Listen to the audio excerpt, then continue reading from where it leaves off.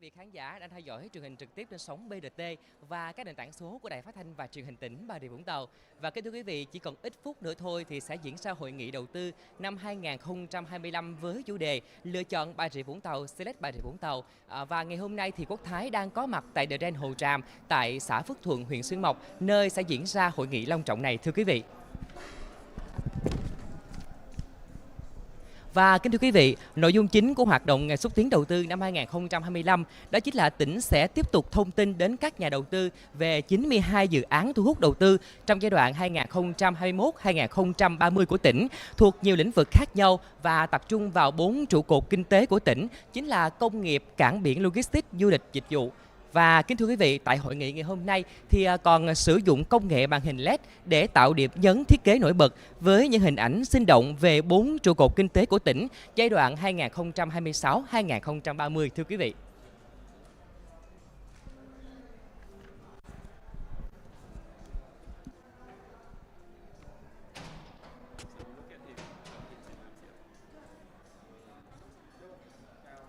Dạ, xin chào ông ạ. Dạ. Và thưa quý vị, bây giờ thì Quốc Thái sẽ có cuộc trò chuyện với ông Walter Ray Power, Tổng Giám đốc dự án Công ty trách nhiệm hữu hạn Hồ Tràm, là chủ đầu tư của BRT Hồ Tràm. Và tại đây thì ít phút nữa đây thì sẽ diễn ra Hội nghị đầu tư 2025 với chủ đề Lựa chọn Bà Rịa Vũng Tàu, Select Bà Rịa Vũng Tàu, thưa quý vị. Dạ. Thưa ông ạ, là đơn vị được 2 năm liên tiếp Bà Rịa Vũng Tàu chọn tổ chức làm hội nghị đầu tư năm 2025 cũng như là nhiều sự kiện quan trọng khác của tỉnh. Vậy thì cảm xúc của ông như thế nào ạ?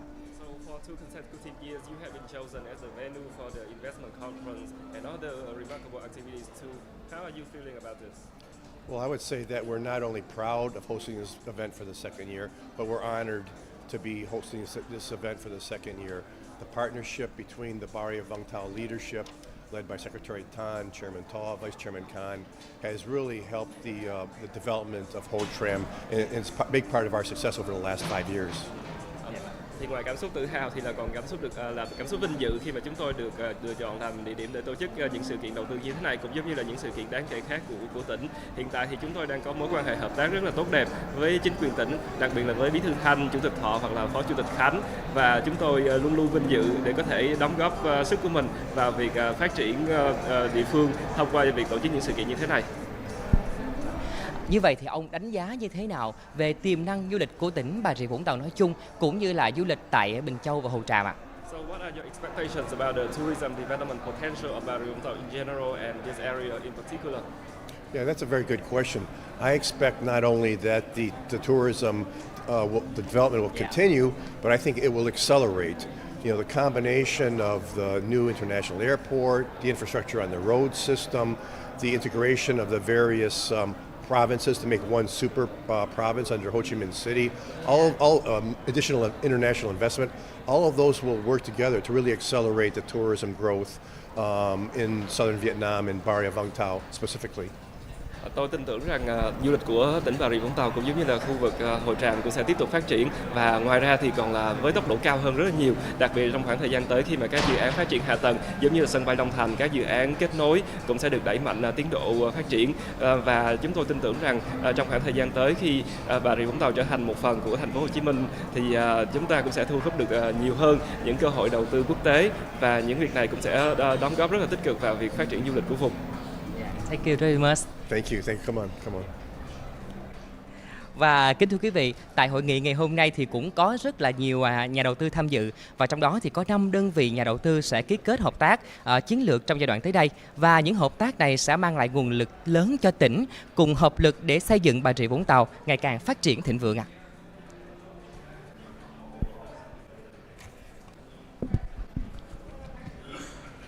Và kính thưa quý vị, bây giờ thì Quốc Thái sẽ tiếp tục có một cuộc trò chuyện với một vị khách mời, một đại biểu tiếp theo nữa ạ. Dạ vâng ạ, xin chào ông ạ. Trước tiên thì xin được cảm ơn ông đã dành thời gian tham gia trả lời phỏng vấn cho Đài Phát thanh và Truyền hình tỉnh Bà Rịa Vũng Tàu. Xin ông giới thiệu đôi nét thông tin về mình cũng như là đơn vị công ty ạ. Chào bạn, thì giới thiệu mình là Lê Thanh Sơn, hiện là Phó Chủ tịch điều hành của Tập đoàn Công nghệ CMC. Tập đoàn CMC là tập đoàn công nghệ hàng đầu tại Việt Nam hiện nay. Chúng tôi thì chuyên về cung cấp các cái giải pháp dịch vụ số, từ hạ tầng số, các cái giải pháp số, dịch vụ số cho thị trường Việt Nam cũng như quốc tế. Quốc Thái cũng được biết thì tập đoàn công nghệ CMC cũng là một trong 5 đơn vị được ký kết hợp tác chiến lược lần này. Thế thì ông có thể thông tin đến cho khán giả xem truyền hình về nội dung ký kết lần này ạ? Nội dung lần này chúng tôi tập trung vào các lĩnh vực chính như sau. Nhất là chúng tôi hợp tác Vũng Tàu để thúc đẩy triển khai các dự án về hạ tầng số, bao gồm có trung tâm kết nối dữ liệu số và hạ tầng trung tâm dữ liệu. Phần thứ hai, chúng tôi cùng thành phố thúc đẩy các cái dự án về chuyển đổi số, đổi AI cho chính quyền cũng như là người dân và các doanh nghiệp trong tỉnh. Và lĩnh vực thứ ba chúng tôi quan tâm đó là chúng tôi thúc đẩy việc đào tạo nguồn nhân lực công nghệ số tại địa phương. Và như ông chia sẻ thì chuyển đổi số là một trong những bước chuyển mình quan trọng của quốc gia và đưa đất nước sẽ bước vào một kỷ nguyên mới, kỷ nguyên phương mình của dân tộc. Thế thì ông có thể thông tin về sau lần ký kết lần này thì tập đoàn công nghệ CMC sẽ có những kế hoạch gì trong thời gian tới thưa ông? Sau cái này chúng tôi cũng đang cùng với Vũng Tàu để đề xuất nghiên cứu và triển khai các dự án cụ thể. Thứ nhất là chúng tôi đang cùng thúc đẩy lập cái đề án triển khai cái dự án trạm cập bờ cáp quang biển để kết nối dữ liệu từ quốc tế về Việt Nam cũng như là cấp dữ liệu từ Việt Nam ra quốc tế. Cái dự án này chúng tôi cũng đang cùng với ông nghiên cứu đó là xây dựng một cái trung tâm khoa học công nghệ đổi mới sáng tạo, bao gồm có các phân khu về nghiên cứu phát triển công nghệ số, về đào tạo và về dữ liệu tại khu vực này. Quay trở lại với tỉnh Bà Rịa Vũng Tàu, Bà Rịa Vũng Tàu cũng là một trong những vùng đất giàu tiềm năng để mà cho các nhà đầu tư, các doanh nghiệp đến đây để đầu tư vào những dự án của mình. Thế thì với vai trò là một doanh nghiệp thì ông đánh giá như thế nào về tiềm năng phát triển của tỉnh Bà Rịa Vũng Tàu thưa ông? Vũng Tàu là một cái tỉnh mà có cái địa lý rất quan trọng.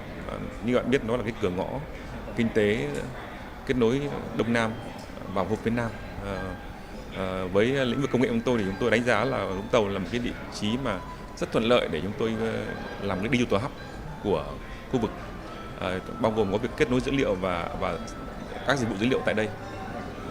Vâng ạ. Xin được cảm ơn ông với những chia sẻ vừa rồi và Quốc Thái cũng xin được chúc cho tập đoàn công nghệ CMC sẽ tiếp tục phát triển, có những dự án và Bà Rịa Vũng Tàu sẽ là một vùng đất giàu tiềm năng để cho doanh nghiệp quyết định đầu tư vào đây và phát triển ạ. Cảm ơn bạn. Vâng ạ, kính thưa quý vị, một trong những trụ cột kinh tế của tỉnh Bà Rịa Vũng Tàu đó chính là cảng biển logistics, và trong kế hoạch của tỉnh giai đoạn 2030, tầm nhìn đến năm 2050 cũng xác định là Bà Rịa Vũng Tàu sẽ hình thành trung tâm kinh tế biển quốc gia. Và theo quan sát của chúng tôi thì hiện tại thì cũng đã có rất là nhiều đại biểu có mặt tại ngày hôm nay để tham quan khu vực trưng bày như là bản đồ quy hoạch tỉnh Bà Rịa Vũng Tàu, các dự án xúc tiến đầu tư giai đoạn 2026-2030, các trụ cột kinh tế của tỉnh Bà Rịa Vũng Tàu, và trong đó thì cũng dành nhiều sự quan tâm tìm hiểu về lĩnh vực cảng biển thưa quý vị.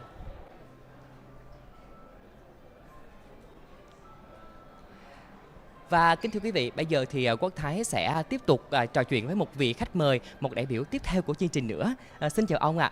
Dạ vâng ạ, cảm ơn ông đã dành thời gian để mà tham gia trả lời phỏng vấn cho Đài Phát thanh và Truyền hình tỉnh Bà Rịa Vũng Tàu. Và thưa ông ạ, trước khi mà bắt đầu câu chuyện của chúng ta ngày hôm nay, đó chính là sẽ thông tin về lĩnh vực cảng biển là một trong những trụ cột kinh tế quan trọng của tỉnh. Thì Quốc Thái cũng muốn nghe ông chia sẻ đôi nét về mình cũng như là đơn vị ạ. Cũng thực sự là rất là vui, tại vì cũng bằng thời gian này năm ngoái thì tôi cũng được vinh dự là dự cái hội nghị xúc tiến đầu tư của tỉnh Bà Rịa Vũng Tàu. Nhưng mà hội nghị lần này thì ban tổ chức đã dành một cái bút rất là lớn, một cái hình ảnh rất là đẹp về lĩnh vực cảng biển và logistics tại khán trường này.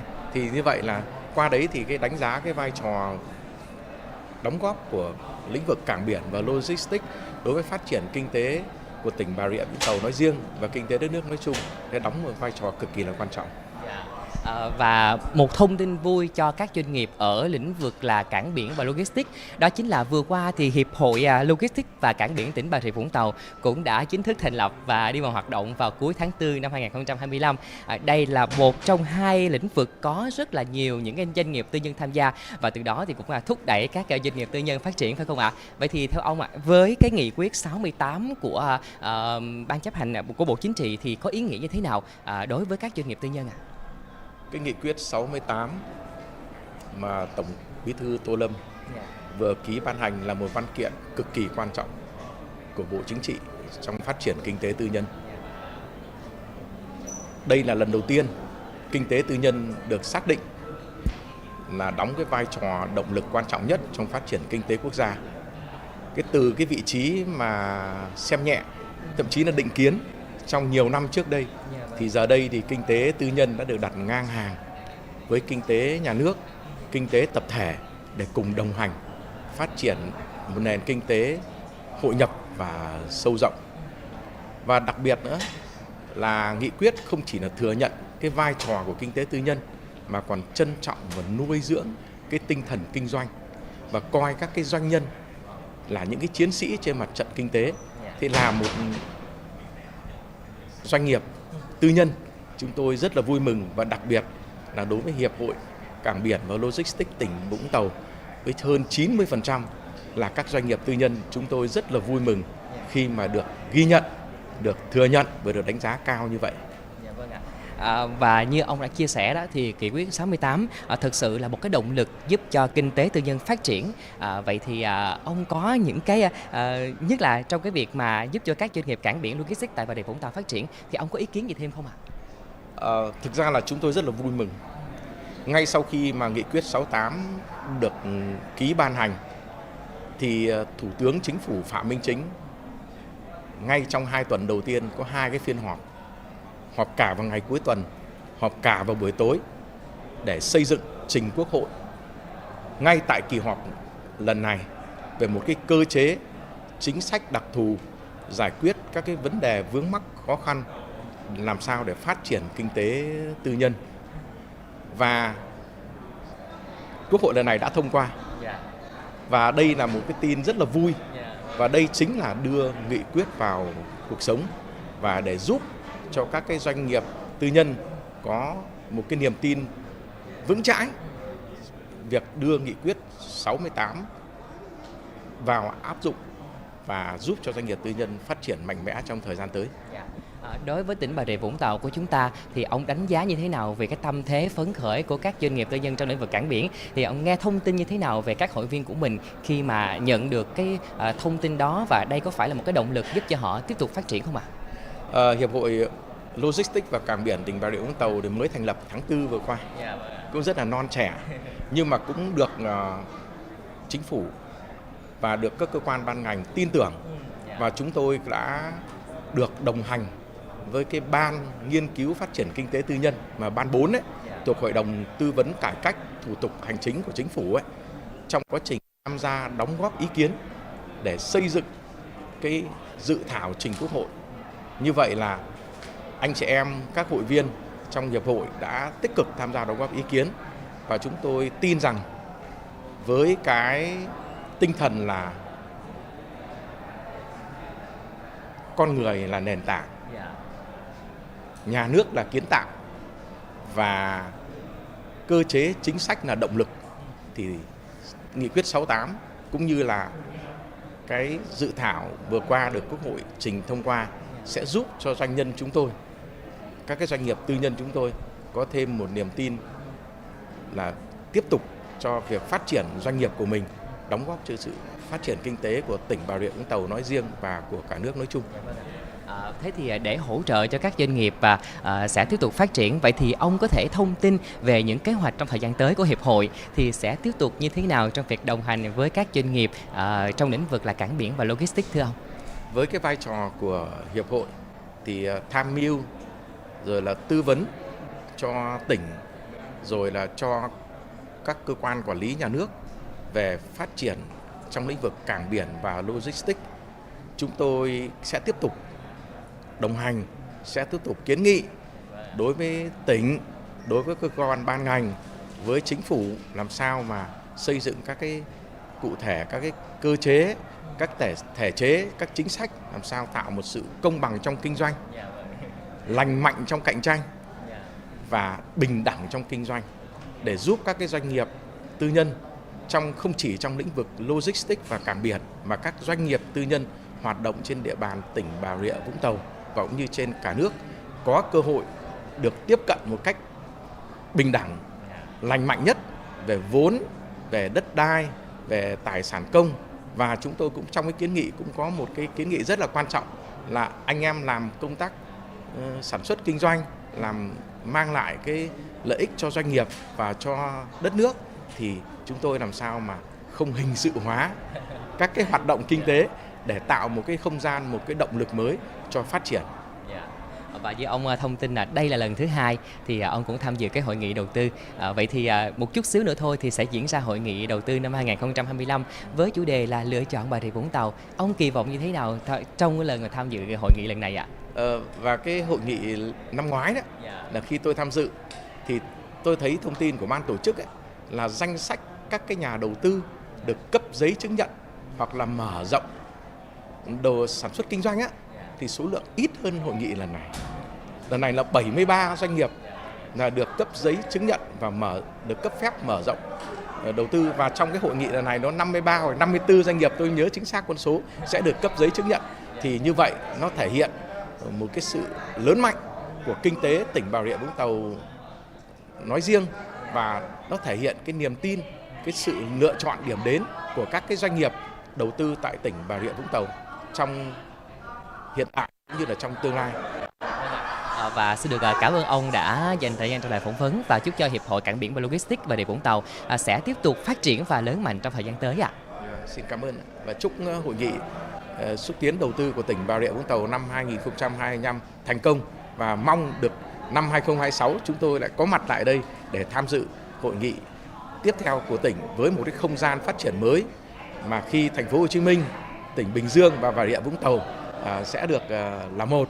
Khi đó thì sẽ tạo một không gian cực kỳ là hấp dẫn và rộng lớn cho phát triển kinh tế của một thành phố siêu tỉnh như này, và trong đó lĩnh vực cảng biển và logistics sẽ là đầu tàu đóng góp cho sự phát triển chung kinh tế của một cái không gian mới và của đất nước. Xin cảm ơn.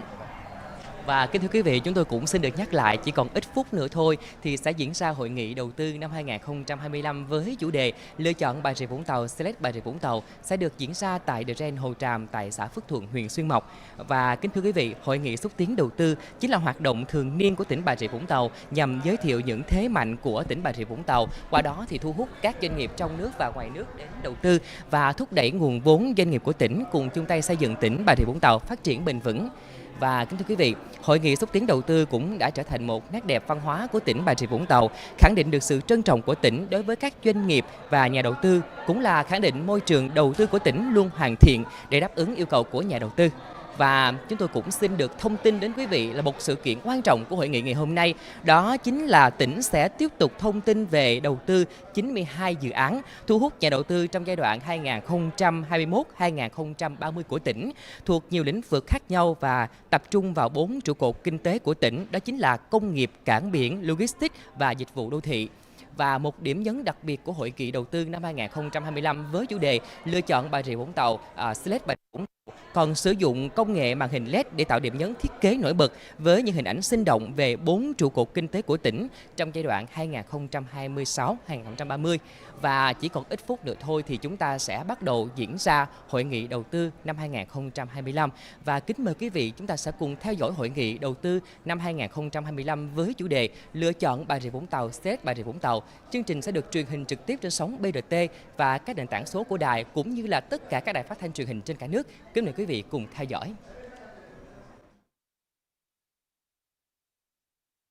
Những tiềm năng, thế mạnh, lợi thế và sự khác biệt riêng có. Hấp dẫn về môi trường đầu tư. Bà Rịa Vũng Tàu với những nỗ lực không ngừng đã đạt nhiều kết quả nổi bật trong phát triển kinh tế xã hội, thu hút đầu tư luôn đứng top đầu cả nước. Với chủ đề lựa chọn Bà Rịa Vũng Tàu, Hội nghị đầu tư 2025 có sự tham gia của hơn 450 đại biểu là lãnh đạo chính phủ, bộ ngành trung ương, cơ quan ngoại giao, lãnh đạo tỉnh, thành, trong khu vực, cùng các chuyên gia, doanh nhân, doanh nghiệp, hiệp hội, nhà đầu tư trong và ngoài nước. Tại Hội nghị đầu tư 2025, tỉnh Bà Rịa Vũng Tàu sẽ trao quyết định chủ trương đầu tư, giấy chứng nhận đăng ký đầu tư cho các dự án nổi bật và diễn ra lễ ký kết hợp tác chiến lược giữa tỉnh Bà Rịa Vũng Tàu và các nhà đầu tư ở các lĩnh vực trọng điểm hiện nay như khoa học công nghệ, chuyển đổi số, đô thị, cảng biển, thương mại, du lịch và phát triển thương hiệu du lịch. Hội nghị đầu tư 2025 Lựa Chọn Bà Rịa Vũng Tàu diễn ra lúc 9 giờ ngày 30 tháng 5 năm 2025 tại The Grand Hồ Tràm, xã Phước Thuận, huyện Xuyên Mộc, tỉnh Bà Rịa Vũng Tàu. Chương trình được truyền hình trực tiếp trên kênh BRT và các nền tảng số của Đài Phát thanh và Truyền hình tỉnh Bà Rịa Vũng Tàu, cùng các đài phát thanh và truyền hình trên cả nước. Kính mời quý vị đón theo dõi.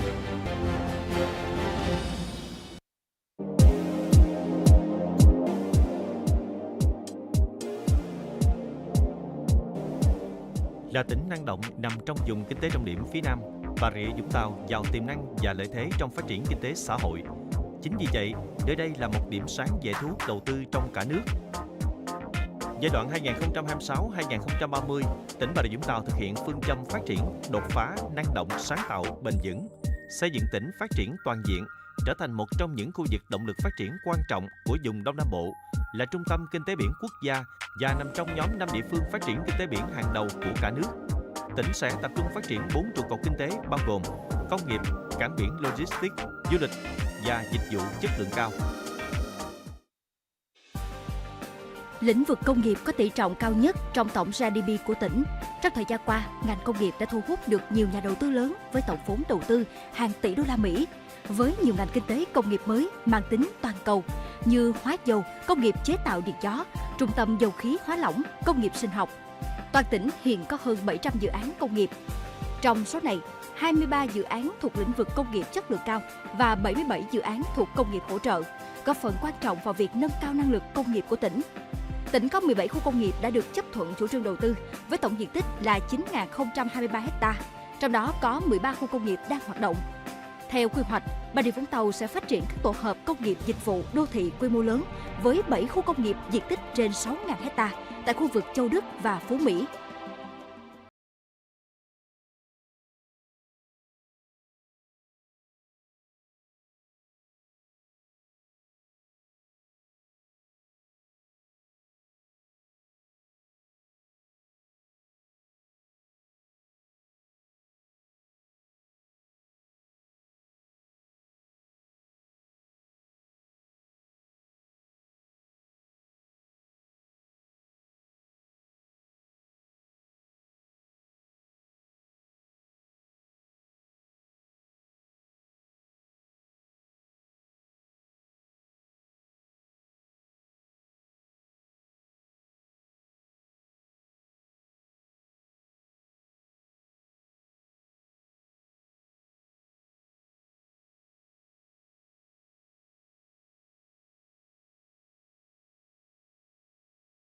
Tâm logistics cấp quốc gia gắn với khu thương mại tự do.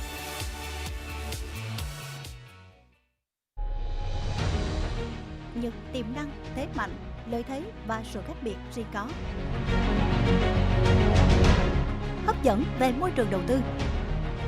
Bà Rịa Vũng Tàu với những nỗ lực không ngừng đã đạt nhiều kết quả nổi bật trong phát triển kinh tế xã hội, thu hút đầu tư luôn đứng top đầu cả nước.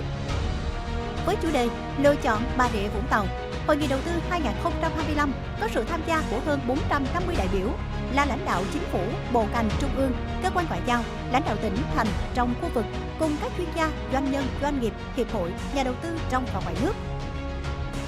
Tại Hội nghị Đầu tư 2025, tỉnh Bà Rịa Vũng Tàu sẽ trao quyết định chủ trương đầu tư, giấy chứng nhận đăng ký đầu tư cho các dự án nổi bật và diễn ra lễ ký kết hợp tác chiến lược giữa tỉnh Bà Rịa Vũng Tàu và các nhà đầu tư ở các lĩnh vực trọng điểm hiện nay như khoa học công nghệ, chuyển đổi số, đô thị, cảng biển, thương mại, du lịch và phát triển thương hiệu du lịch. Hội nghị Đầu tư 2025 Lựa Chọn Bà Rịa Vũng Tàu diễn ra lúc 9 giờ ngày 30 tháng 5 năm 2025 tại The Grand Hồ Tràm, xã Phước Thuận, huyện Xuyên Mộc, tỉnh Bà Rịa Vũng Tàu. Chương trình được truyền hình trực tiếp trên kênh BRT và các nền tảng số của Đài Phát thanh và Truyền hình tỉnh Bà Rịa Vũng Tàu, cùng các đài phát thanh và truyền hình trên cả nước. Kính mời quý vị đón theo dõi.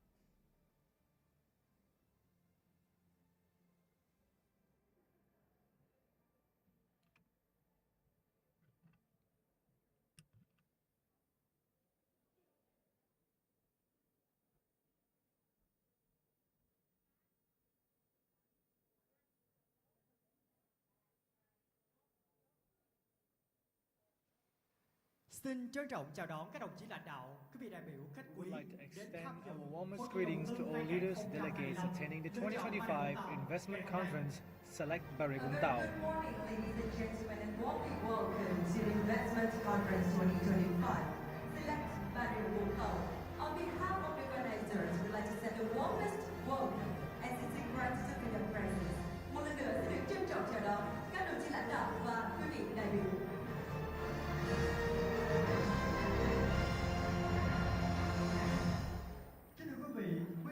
Ladies and gentlemen, Bà Rịa Vũng Tàu Provincial Master Plans was approved by the Prime Minister in the Decisions 1629, December 16, 2023. And since then, the province has actively implemented this plan. After more than 1 year, Bà Rịa Vũng Tàu has recorded notable achievement, accelerating the implementations of public investment projects and attracting significant capital from both domestic and foreign investors.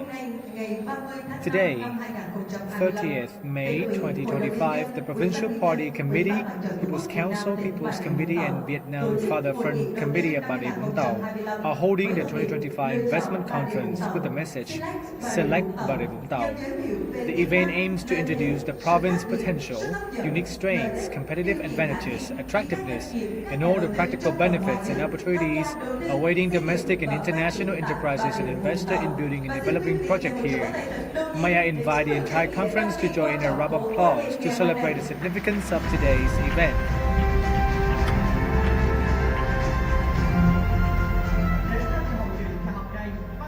Joining us today, we are very honored to welcome leaders from the party and state, distinguished delegates, and other guests.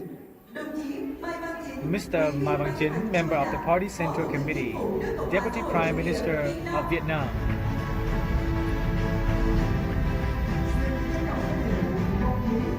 Mr. Lê Tấn Cận, Deputy Minister of Finance.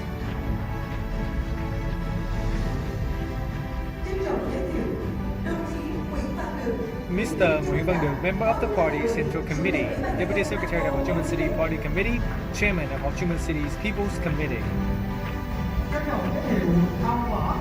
Mr. Võ Tân Thành, Permanent Vice President of the Southern Regions from VCCI.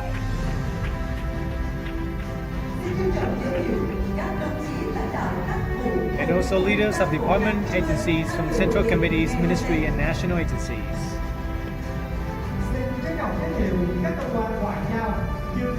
Diplomatic corps, including the British Consulate General, Chinese Consulate General, Consulate of Thailand, Consulate of Russia, British Council, Western Australia Office, along with diplomats and Foreign Business Association. From Bà Rịa Vũng Tàu Province, we are honored to introduce the leaders, Mr. Phạm Viết Thanh, member of the Party Central Committee, Secretary of the Provincial Party Committee, Chairman of People's Council of Bà Rịa Vũng Tàu. Mr. Trần Văn Khánh, former Secretary of the Provincial Parties Committee.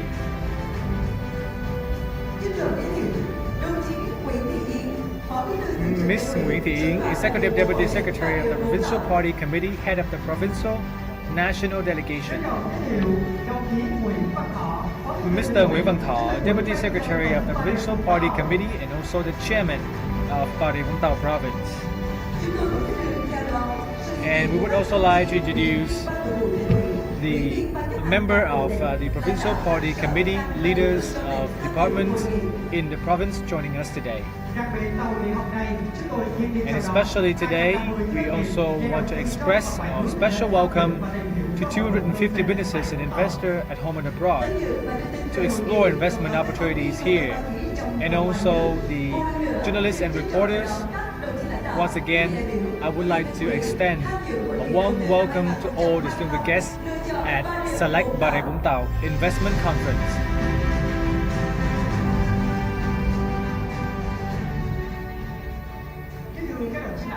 Ladies and gentlemen, distinguished guests, Bà Rịa Vũng Tàu is a major economic driver in the southeast region. with strong potentials and advantages for developing key sectors such as manufacturing, petrochemicals, seaports, logistics, coastal urban development, spanning services and tourism. To kick off today's conference, we invite you to enjoy a special performance using holographic mapping technology, an innovative approach that will highlight Bà Rịa Vũng Tau's strengths, showcase our investment successes, and share our vision for future growth. The performance is titled From the Map of Prosperity to the Light of Pioneering.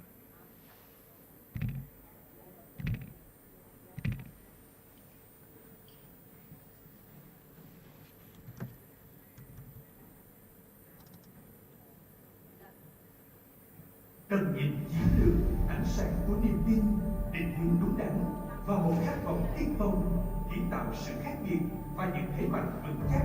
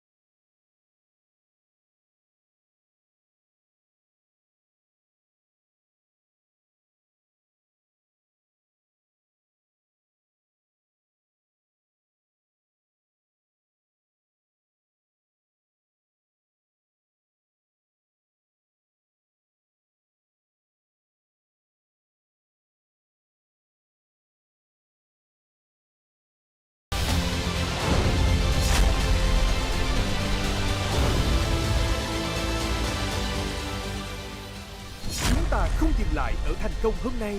Tương lai Bà Rịa Vũng Tàu là do chúng ta kiến tạo, cùng nhau quyết liệt và bứt phá. Một tương lai thịnh vượng đã và đang chờ đón chúng ta.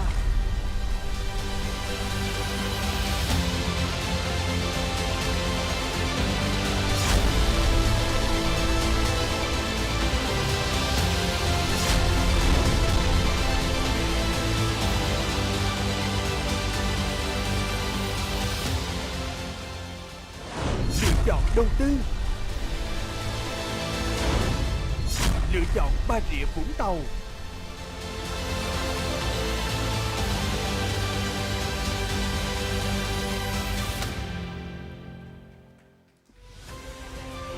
Xin quý vị dành một tràng pháo tay gửi đến tiết mục Holographic Mapping với phần thể hiện của nghệ sĩ ballet Hải Anh. Qua đó, Hải Anh. thông điệp và những nhân As we can see, those are the message that Bà Rịa Vũng Tàu province would like to deliver to all the business community and investor here. And ladies and gentlemen, to officially kick off our event, I would like to welcome on stage Mr. Nguyễn Văn Thọ, Deputy Secretary of the Provincial Party Committee, Chairman of Vũng Tàu People's Committee, to deliver the opening remarks.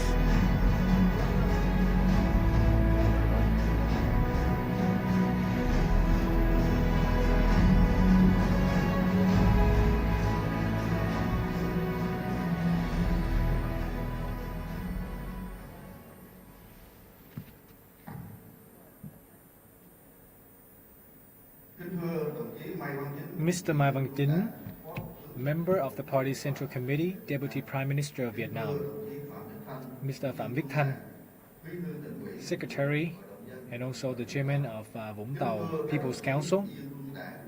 Members of the party's Central Committee, leaders of ministry, committees, central agencies, leaders of provinces and cities, business representative, investor, business association and diplomats.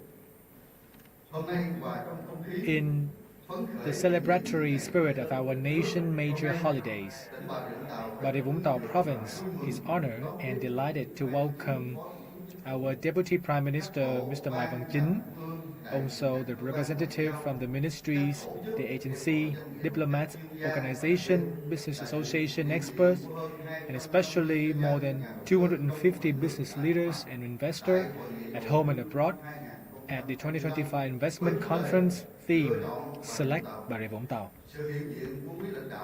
Your presence today demonstrates strong support, care, and partnership with our province. On behalf of the provincial leadership, I extend my warm congratulations and best wishes to the Deputy Prime Minister and distinguished guests for good health and continued success.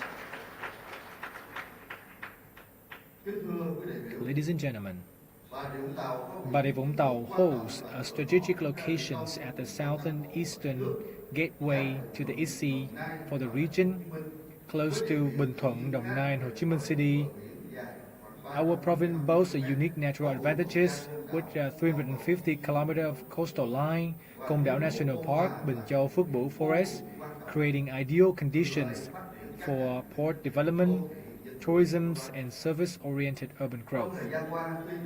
Despite some challenges in transport connectivity, however, with the support from the central government, local efforts, and assistance from ministry agencies, diplomatic missions, and business associations, that helped attracted early and ongoing investment. And some of the project has been put into operation. Some large-scale projects has helped reaffirm the position of Bà Rịa Vũng Tàu, not only well-known nationwide but also by the global investor and businesses. And over the 30 years of development, we now have more than 1,200 projects at home and abroad, with a total investment of up to $54 billion US, in which there are more than 500 FDI projects, with the total value of 35 billion from 30 countries and territories. On behalf of the leaders of the province, once again, I would like to appreciate the support of the government, the diplomats, the investor businesses community for accompanying us in the development journey. Ladies and gentlemen, the resolution number 24 of the Politburo and the government resolution 154 on socio-economic development and national defense for the Southeast region until 2030 with a vision to 2045 have reaffirmed the region's and especially Bà Rịa Vũng Tau's strategic importance.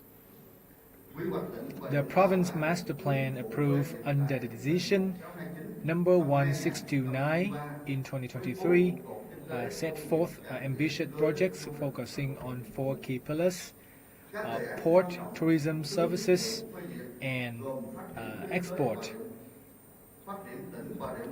Some of the key projects, for example, developing Bà Rịa Vũng Tàu as a national marine economic center, establishing a free trade zone tied to Cái Mép port, modernizing Cái Mép Thị Vải into the leading transshipment port in Vietnam and also a regional hub.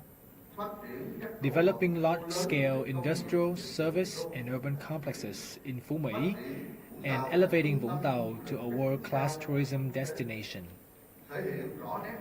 These initiatives capitalize on our natural assets to drive effective and sustainable growth for Bà Rịa Vũng Tàu.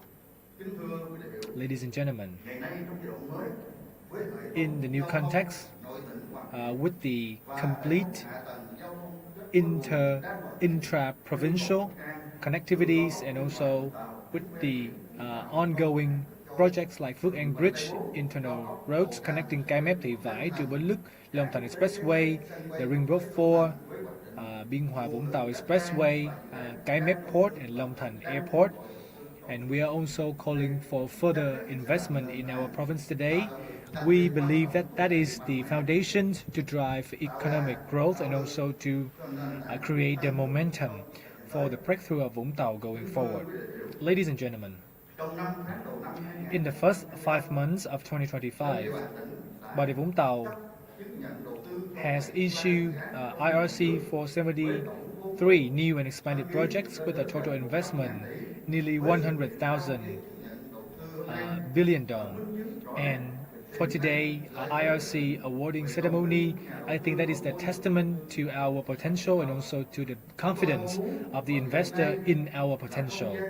And we would like our event today is the forum where all the government agencies, diplomatic corps, business community, international organization, and also investor to exchange ideas and also insight, also to share your feedback to the province so that we can foster future cooperation and then we can have more, well-known world-class projects in Vũng Tàu going forward.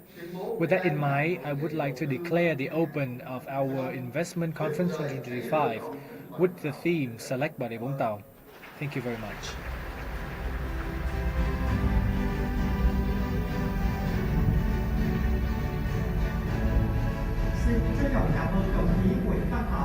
Thank you, Mr. Nguyễn Văn Thọ, Deputy Secretary of the Provincial Party Committee and Chairman of People's Committee of Bà Rịa Vũng Tàu Province. Ladies and gentlemen, to gain a deeper understanding of Bà Rịa Vũng Tàu potential and advantages, which form the foundation for inviting key investment projects in 2025, we would like you to direct your attention to the screen with a short film, Select Bà Rịa Vũng Tàu.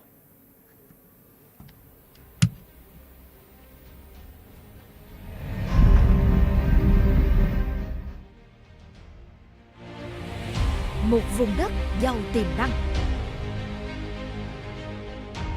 sở hữu vị trí chiến lược, là cửa ngõ hướng biển của vùng Đông Nam Bộ và cả nước. Thêm lục địa rộng lớn trên 100.000 km vuông giàu khoáng sản.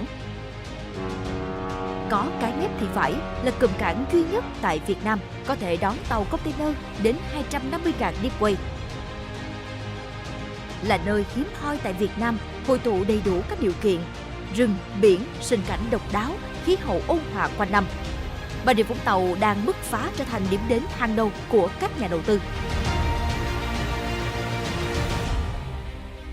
Bà Rịa Vũng Tàu cũng đâu thuận lợi bằng có đường hàng không, có đường hàng hải, có đường sông, đường biển thuận lợi, có cảng biển rồi, có gần sân bay Long Thành, đi về đây 40 km thôi.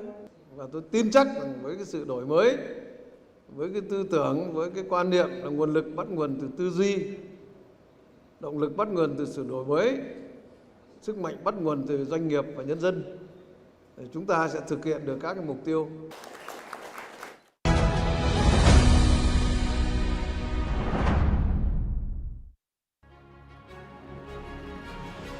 Tận dụng lợi thế tự nhiên và chiến lược cùng những quyết sách mang tính đột phá, Bà Rịa Vũng Tàu đạt nhiều thành tựu nổi bật. Tốc độ tăng trưởng GDP 11,72%, quy mô kinh tế gần 17 tỷ đô la Mỹ, GDP bình quân đầu người trên 9.000 đô la Mỹ một năm. Lực lượng lao động của tỉnh hiện có trên 640.000 người, trong đó tỷ lệ lao động qua đào tạo chiếm đến 82%, đảm bảo đáp ứng nguồn lực và chất lượng cho nền kinh tế. Chất lượng cuộc sống người dân không ngừng nâng lên. Chỉ số phát triển con người HDI của Bà Rịa Vũng Tàu nằm trong top 3 cả nước. Đột phá về chuyển đổi số gắn với cải cách hành chính, nâng cao năng lực quản trị công. Năm 2024, Bà Rịa Vũng Tàu nằm trong 5 địa phương có chỉ số PASS Index, CPASS và chỉ số năng lực cạnh tranh cấp tỉnh PCI cao nhất. Đánh dấu năm thứ 4 liên tiếp, tỉnh nằm trong nhóm dẫn đầu cả nước về chất lượng điều hành kinh tế. Cái kết quả này nó thể hiện Bà Rịa Vũng Tàu có một cái môi trường đầu tư và kinh doanh hấp dẫn hàng đầu tại Việt Nam. Nó cũng thể hiện là cái sự quan tâm rất cao của lãnh đạo, của những người đứng đầu Đảng và chính quyền Bà Rịa Vũng Tàu trong việc điều hành kinh tế, trong việc tạo dựng một cái môi trường đầu tư và kinh doanh thuận lợi. Bà Rịa Vũng Tàu cũng chú trọng phát triển dịch vụ tài chính với sự hiện diện của nhiều ngân hàng lớn và các dịch vụ hỗ trợ đầu tư, càng tạo môi trường đầu tư hấp dẫn, năng động. Luôn nằm trong top đầu cả nước về thu hút đầu tư. Đến nay, Bà Rịa Vũng Tàu có 1.200 dự án đầu tư. Trong đó có 715 dự án đầu tư trong nước với tổng vốn đầu tư gần 474.000 tỷ đồng. 504 dự án đầu tư nước ngoài với tổng vốn đầu tư khoảng 35 tỷ đô la Mỹ đến từ 30 quốc gia và vùng lãnh thổ. Cơ sở hạ tầng và cái quy hoạch rất là đồng bộ, môi trường kinh doanh đầu tư rất là tốt. Ngay sau cái sự thành công của dự án của Mai Sơn Hồ Tràm thì chúng tôi đã có những cái triển khai, và cái dự án tiếp theo của chúng tôi cùng với các đối tác là một cái khu phức hợp ở thành phố Phú Mỹ. Chúng tôi đầu tư vào Bà Rịa Vũng Tàu từ năm 2011. Nơi đây có khí hậu trong lành, biển sạch đẹp, ít chịu ảnh hưởng thiên tai, nguồn lao động chất lượng, môi trường đầu tư hấp dẫn. Các doanh nghiệp Hàn Quốc tại đây đều hài lòng và đang cân nhắc mở rộng đầu tư. Bà Rịa Vũng Tàu có vị trí địa lý thuận lợi, là trung tâm kết nối chuỗi cung ứng trong vùng. Bà Rịa Vũng Tàu không chỉ giúp chúng tôi tiếp cận thị trường nội địa, mà còn là bàn đạp để mở rộng sang các nước ASEAN nhờ vào hạ tầng xuất khẩu thuận tiện.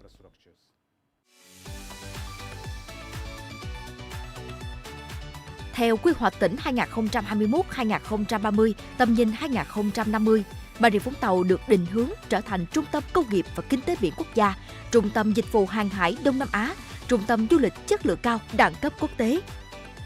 Không gian được tổ chức thành 4 vùng chức năng và 3 trục kinh tế động lực: công nghiệp cảng biển, công nghiệp logistics và du lịch ven biển. Thúc đẩy hơn nữa thu hút đầu tư, tạo sức bật cho phát triển kinh tế xã hội, các dự án hạ tầng trọng điểm đang được đẩy mạnh. Cao tốc Biên Hòa Vũng Tàu, vành đai 4, cầu Phước An, tuyến đường ven biển 994, tuyến cao tốc Hồ Tràm sân bay Long Thành dự kiến khởi công vào ngày 2 tháng 9 năm 2025. Trục cao tốc Bắc Nam phía Đông cùng sân bay quốc tế Long Thành sát cạnh Bà Rịa Vũng Tàu hoàn thành vào năm 2026 và chủ trương nâng cấp sân bay Côn Đảo thành cảng hàng không quốc tế. Xây dựng tuyến đường sắt cũng đang được triển khai. Việc kết nối Bà Rịa Vũng Tàu với các địa phương trong vùng, trong nước, với khu vực và thế giới càng thuận tiện, nhanh chóng. Thì nó sẽ là một cái cơ hội để cho Bà Rịa Vũng Tàu sẽ kết nối không chỉ với Thành phố Hồ Chí Minh mà với các địa phương ở vùng duyên hải Nam Trung Bộ cũng như là vùng đồng bằng sông Cửu Long. Thông qua đó thì không chỉ có phát triển kinh tế, phát triển cái dịch vụ logistics mà còn có cả phát triển cái lĩnh vực du lịch, một trong thế mạnh của địa phương. Những trục phát triển đô thị, kinh tế, du lịch đầy tiềm năng đang hình thành dọc theo tuyến ven biển 994, nơi được mệnh danh là con đường tỷ đô. Bà Rịa Vũng Tàu cũng đang lột xác mạnh mẽ với các dự án chỉnh trang trị giá hàng ngàn tỷ đồng. Không chỉ mở rộng không gian công cộng cho người dân mà còn nâng tầm du lịch chất lượng cao. Phấn đấu trở thành trung tâm năng lượng tái tạo và trung tâm chuỗi cung ứng ngành công nghiệp điện gió ngoài khơi trên thế giới, Bà Rịa Vũng Tàu đang dần hình thành các ngành công nghiệp mới: hóa dầu, chế tạo thiết bị điện gió, LNG, dầu khí hóa lỏng, công nghiệp bán dẫn, công nghiệp sinh học. Hợp tác cùng DP World xây dựng đề án phát triển khu thương mại tự do Cái Mép Hạ, kết nối trực tiếp cảng nước sâu và sân bay quốc tế Long Thành. Bà Rịa Vũng Tàu cũng đang định hình trung tâm logistics khu vực và quốc tế. Khu Cái Mép Thị Vải mà trở thành khu thương mại tự do. Từ đấy cái dịch vụ tại cảng nước sâu không chỉ là dịch vụ cảng mà nó tăng cường lên cái dịch vụ logistics, và từ đó thì sản lượng hàng hóa sẽ tăng gấp đôi so với lại hiện nay, tức là có nghĩa khoảng là 15 đến 16 triệu tiêu thông qua một năm và còn nhiều hơn thế nữa. Khi hợp nhất Bà Rịa Vũng Tàu với thành phố Hồ Chí Minh và Bình Dương, tiềm lực của Bà Rịa Vũng Tàu càng thêm bứt phá. Đó là một cái sự hợp nhất rất là khoa học và trí tuệ, góp phần cái cộng hưởng cái sức mạnh của ba địa phương theo cái hệ số nhân. Điều đó có nghĩa là chúng ta có hoàn toàn cái kỳ vọng các nhà đầu tư sẽ chọn Bà Rịa Vũng Tàu là điểm đến để mà đầu tư vào các lĩnh vực. Tạo động lực thúc đẩy phát triển kinh tế xã hội bền vững. Năm 2025, tỉnh mời gọi đầu tư các dự án.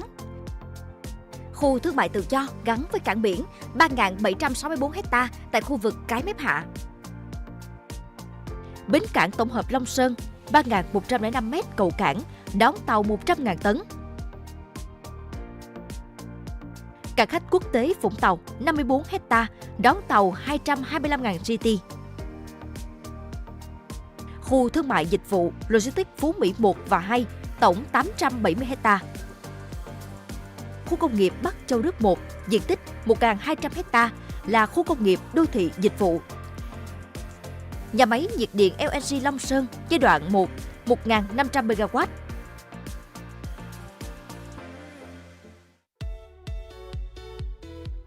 Với định hướng phát triển du lịch chất lượng cao, kiến tạo một không gian sống hoàn hảo, nơi các giá trị về nghỉ dưỡng, giải trí, thương mại và cộng đồng được kết hợp hài hòa, Bà Rịa Vũng Tàu mời gọi đầu tư vào các dự án. Khu du lịch Bắc Phước Thắng hơn 400 ha. Khu đô thị Cù Lao Bến Đình 110 ha. Khu đô thị Gò Găng 1.389 ha. Và 3 khu dịch vụ du lịch thương mại hơn 100 ha tại Thắng Tam, Mũi Nghinh Phong, thành phố Vũng Tàu. Trung tâm dịch vụ thương mại du lịch thể thao giải trí 136,93 ha. Tổ hợp dịch vụ 98,56 ha, có sân golf 18 lỗ tại Xuyên Mộc. Khu thương mại 150 ha, hướng đến phát triển Long Đức thành khu du lịch quốc gia. Khu du lịch nghỉ dưỡng Cỏ Mây 2 85,5 ha. Khu đô thị mới Tây Nam 1.794,3 ha tại thành phố Bà Rịa. Tổ hợp du lịch nhà ở sân golf có ống tại Côn Đảo. Ở lĩnh vực dịch vụ an sinh xã hội, Bà Rịa Vũng Tàu kêu gọi đầu tư. Cơ sở chăm sóc người cao tuổi ngoài công lập tại Xuyên Mộc. Bệnh viện đa khoa tại thành phố Vũng Tàu hiện đại, dịch vụ y tế chất lượng với chi phí hợp lý.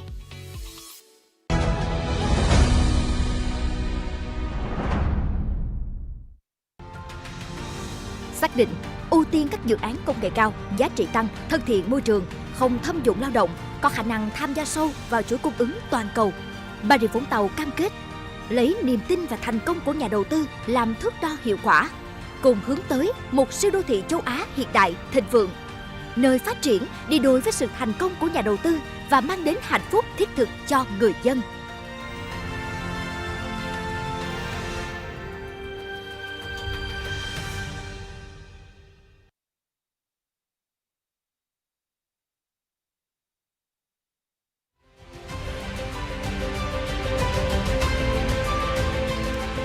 Thưa các đồng chí lãnh đạo, thưa quý vị đại biểu. Ladies and gentlemen, distinguished guests, according to the provincial master plan approved by the government with a strong guidance from the central government and support from the ministry and agencies, along with the determination of the whole province. After just 1 year of implementation, Bà Rịa Vũng Tàu has already attracted interest from investor businesses at home and abroad. Ladies and gentlemen, to realize this vision, today's conference will feature the signing ceremony of strategic cooperation agreements between the province and various investors in the fields of digital transformation, urban development, tourism, and tourism development, including a strategic partnership between the Provincial People's Committee and Sun Group Corporation on infrastructure investment and promotion of current and future urban and tourism projects in Bà Rịa Vũng Tàu. A strategic partnership with Hồ Tràm Project Company to develop Hồ Tràm area into an international class center for commerce services and resort tourism and to build Bà Rịa Vũng Tàu tourism brand. A strategic partnership between Bà Rịa Vũng Tàu PPC with CMC Technology Group on comprehensive digital transformation to implement Resolution 57 on breakthroughs in science, technology, innovation, and national digital transformation. A strategic partnership between the provincial PPC with Vung Group, JSC on investment and support for the development of Bà Rịa Vũng Tàu province. A strategic partnership between the province with Vietnam National Authority of Tourism on promoting and marketing Bà Rịa Vũng Tàu as a key international destination and attracting tourism investment. To begin the signing ceremony, we respectfully invite the following leaders to witness the signing ceremony. Mr. Phạm Viết Thanh, member of the Party Central Committee, Secretary of the Provincial Party Committee, and the Chairman of the People's Council of Bà Rịa Vũng Tàu.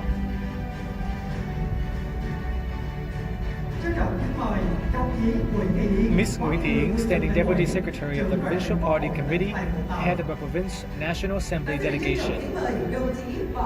Ms. Võ Ngọc Thanh Trúc, Chairwoman of Vietnam Father Front Committee, Bà Rịa Vũng Tàu. So please come on stage to witness the signing ceremony.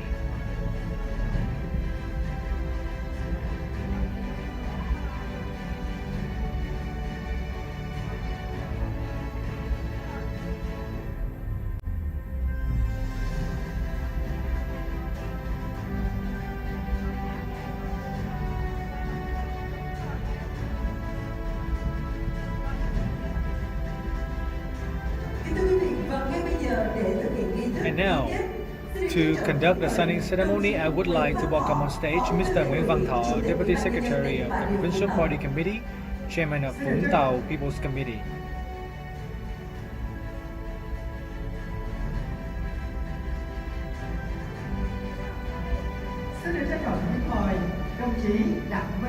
Mr. Đặng Minh Trường, Chairman cum CEO, Sun Group Corporation.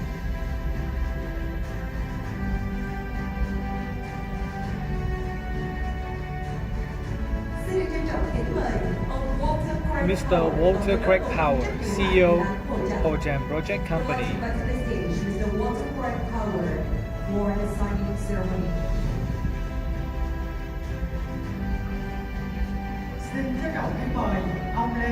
Mr. Lê Thanh Sơn, Executive Vice President, CMC Technology Group.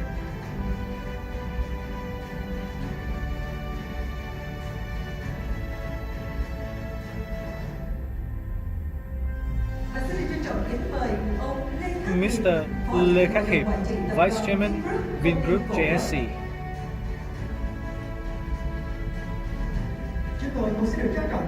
And also Mr. Nguyễn Trùng Khánh, Director General, Vietnam National Authority of Tourism.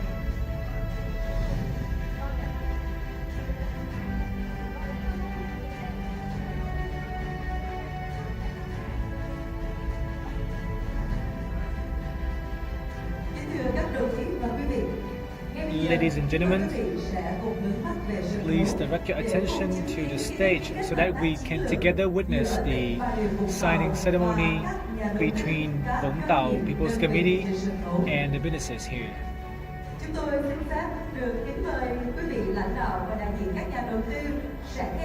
For our leaders and business representatives, we will now count from 1 to 3, and then please sign on the digital board and then turn the board toward the audience so everyone can witness this moment together.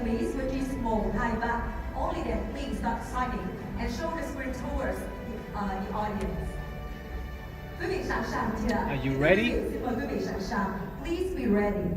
Và ngay bây giờ chúng ta sẽ cùng đếm từ 1 đến 3. And now let's count from 1 to 3. 1, 2, 3. Xin mời.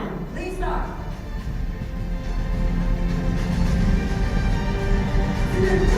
Congratulations!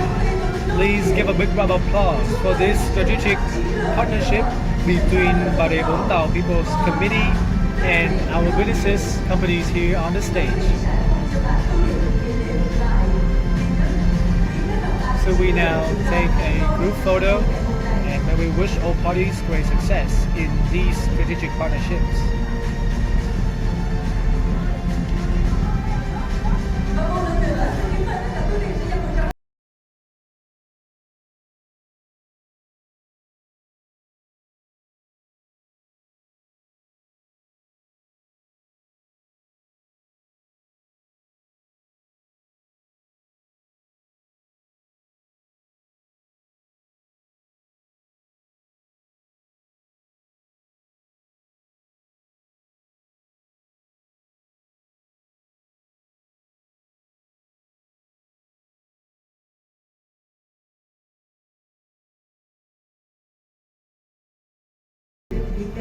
Thank you, our leaders and representatives from the businesses and investors.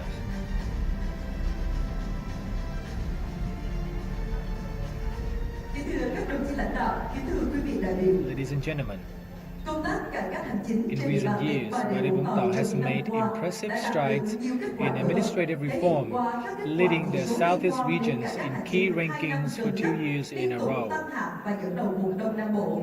Chỉ số cải cách In hành chính 2024, the PAR index climbed to second out of 63 provinces and cities, up 3 places from 2023. The CPAS satisfaction index rose to 5th, also up 3 places. And the Provincial Competitiveness Index PCI ranked 5th, an increase of 1 spot compared to 2023. In the first 5 months in 2025, the province approved an adjusted capital for 73 projects with total registered investment of about $4 billion. Today, we are pleased to present investment registration certificates and investment policy decisions to 53 of them. So please join us in a big round of applause to congratulate all 53 projects honored at this conference.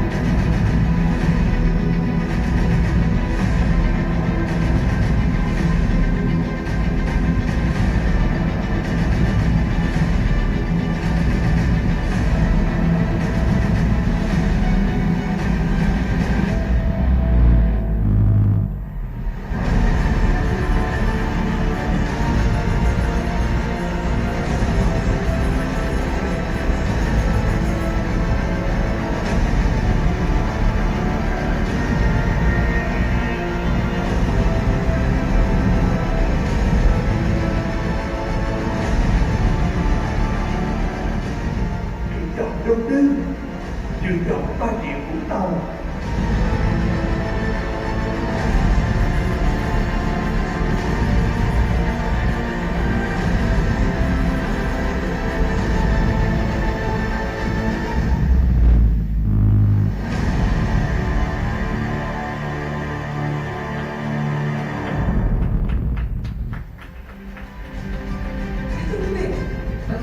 Ladies and gentlemen, and now this is a significant milestone for Bà Rịa Vũng Tau's development. We now invite our leaders to the stage to present these important certificates and decisions to our investors. I would like to welcome on stage Ms. Võ Ngọc Thành Trúc, member of the Provincial Party Committee, Chairwoman of Vietnam Fatherland Front Committee of Bà Rịa Vũng Tàu, Mr. Đặng Minh Thông, member of the Provincial Party Committee, Vice Chairman of People's Committee of Bà Rịa Vũng Tàu, on stage to present the IRC investment policy decisions and flowers to foreign enterprises and investors. And we now would like to welcome the representative on stage to receive the IRC and the investment policy decisions.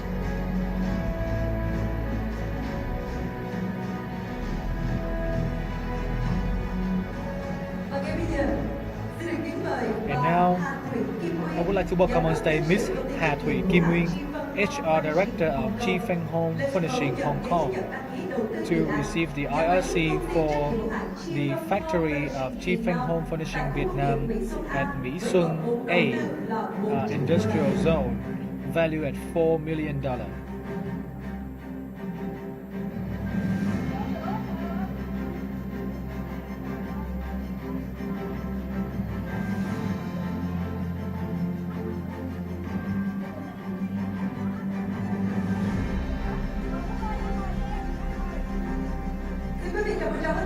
Please give a big round of applause. Ms. Wing, please remain on stage. Next, Mr. Lee Highland, Managing Director of Sun Power, to receive the IRC for CBQ Manufacturing Factory of Killian Technology at Mỹ Xuân B1 Industrial Zone, Connect, with the value of $4 million. Also, please give a big round of applause.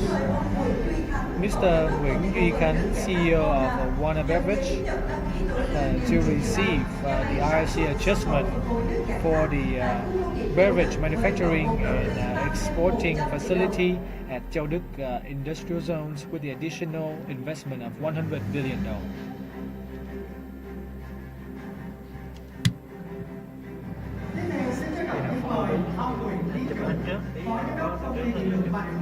Mr. Nguyễn Tiến Dũng, Deputy Director of the Bà Rịa Vũng Tàu EVN, also a subsidiary of EVN SPC, for the project 110 kV substation and transmission line at Xuyên Mộc Province. And next, I would like to welcome on stage Mr. Lê Văn Quang, Director of Lê Phát Construction, Development and Trade, to receive the IRC for the Lê Phát factory for lease at Châu Đức Industrial Park with a total investment of $120 billion.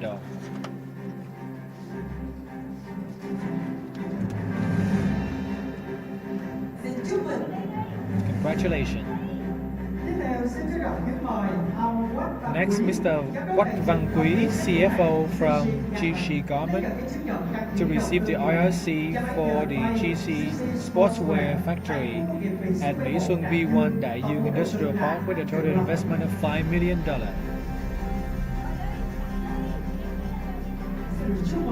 Congratulations. Mr. Keita Kodama, CEO of Vietnam Rare Elements Chemical, to receive the IRC for the Vietnam Rare Elements Chemical Factory at Cái Mép Industrial Zone with a total investment of $5.6 million.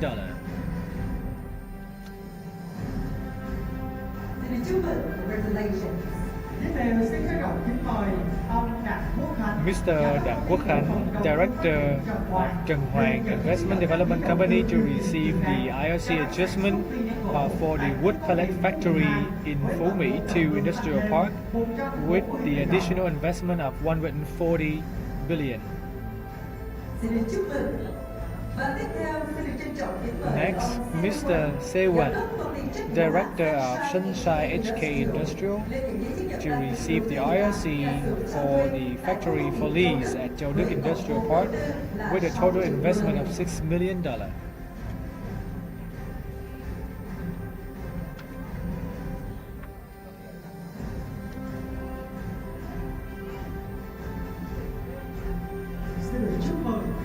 Congratulations.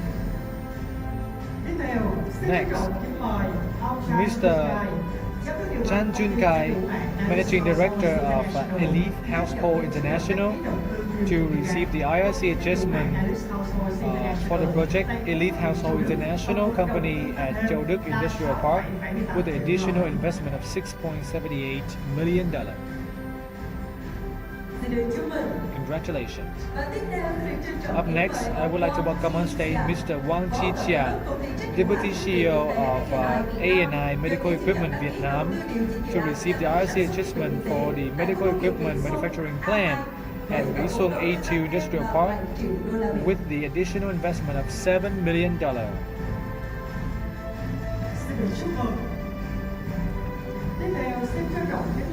Next, I would like to welcome on stage Mr. Giang Jin, CEO of Algia Company Vietnam, to receive the IRC for the Coco Vietnam Weaving Company at Đất Đỏ 1 Industrial Park with a total investment of $7 million.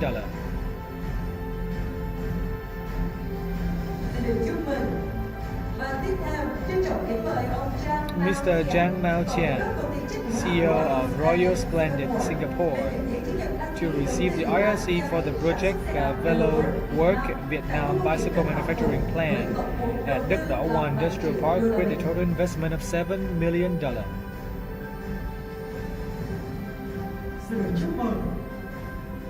Next, Mr. Bùi Lâm, Director of Nam Trung Engineering and Consulting, to receive the IRC for the steel component manufacturing plant at Vĩ Xuân V1 Đại Dương Industrial Park with the total investment of $186 billion.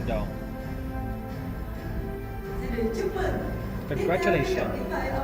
Mr. Shi Yu, Director of Shangfeng International Singapore, to receive the IRC for the Shen Yuan Forging Vietnam at Đất Đỏ 1 Industrial Park with a total investment of $10 million.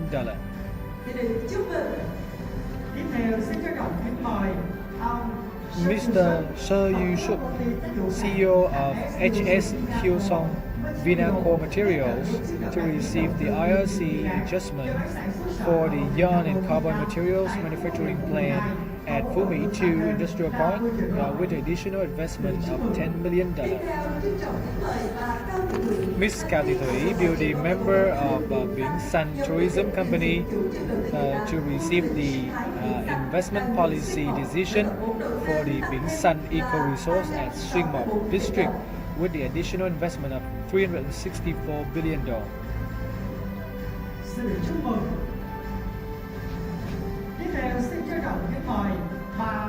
Ms. Hồ Kim Tru, CFO from Ponhan Vào International Singapore, to receive the IRC for Ponhan Vào International Vũng Tàu at Đất Đỏ 1 Industrial Park with a total investment of $15 million.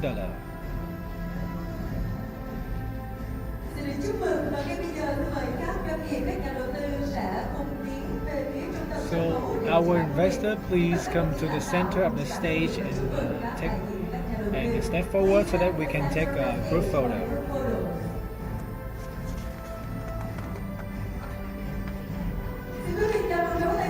And please give a big round of applause for our investor.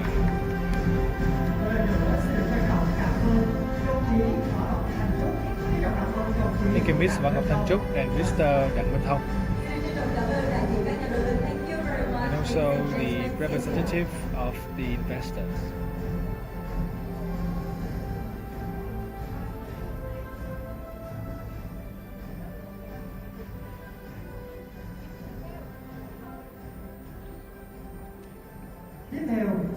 Coming up next, I would like to welcome on stage Ms. Nguyễn Thị Yến, Standing Deputy Secretary of Provincial Party Committee, Head of the Provincial National Assembly Delegation, and also Mr. Lê Ngọc Khánh, the Vice Chairman of People's Committee of Bà Rịa Vũng Tàu, to present the IRC and the investment registration, the investment policy approval, and flowers to domestic and international investors.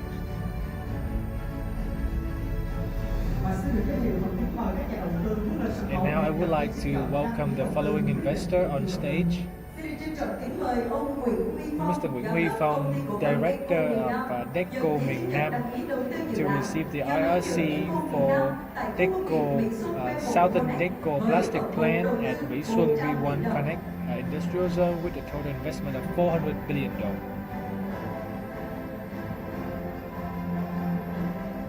Thưa quý vị, nhà vườn trả lời để chúc mừng.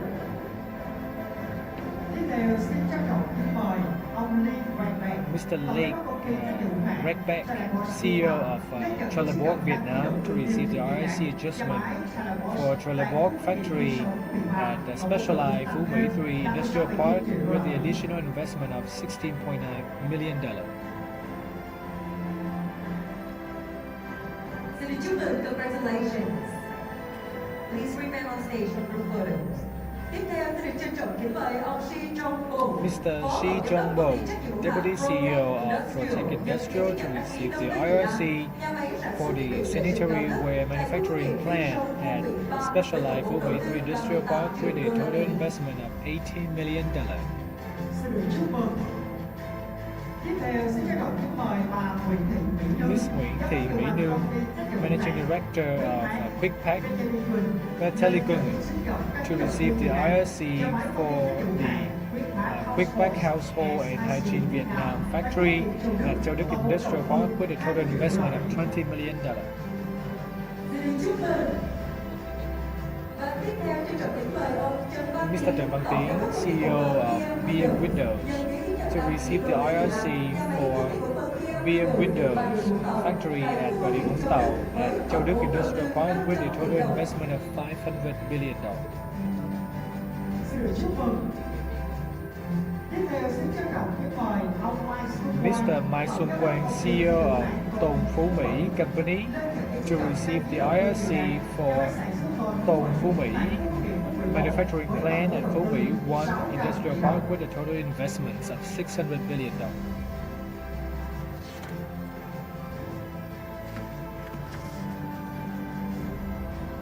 xin được chúc mừng. Xin trân trọng kính mời bà Nguyễn Thị Hoàng Anh, đến nhận quyết định Ms. Nguyễn Thị Hoàng Anh, to receive the decisions to approve the bid for the General Hospital at Phú Mỹ City with a total investment of $613 billion. xin được chúc mừng. Tiếp theo trân trọng kính mời ông Mr. Frank Zhang, Vice President of Avington, Hong Kong, to receive the IRC for the e-bike manufacturing plant Everton at Đất Đỏ 1 Industrial Park with a total investment of $25 million. Mr. Cheng Hao Ju, CEO of Hauda Singapore International Trade and Investment Development, to receive the IRC thermal cup manufacturing plant Hauda Vietnam and Đất Đỏ 1 Industrial Park with a total investment of $25 million. Mr. Phan Việt Hùng, Deputy CEO of Lang Chai Tourism Company, to receive the adjustment decision for the project Lang Chai Resort at Suy Mộc District with the adjusted total investment now of $631 billion. Mr. Pai Wei Khan, the Managing Director of New Way Vow, Shuju, to receive the IRC for the project New Way Vow Vietnam Company at Đất Đỏ 1 Industrial Park with a total investment of $27 million. Congratulations. Mr. Wu Feng Zhang, Managing Director of Dong Thai Hardware Project, Hong Kong, to receive the IRC for Dong Thai Hardware Precision Manufacturing Vietnam at Châu Đức Industrial Park with a total investment of $30 million.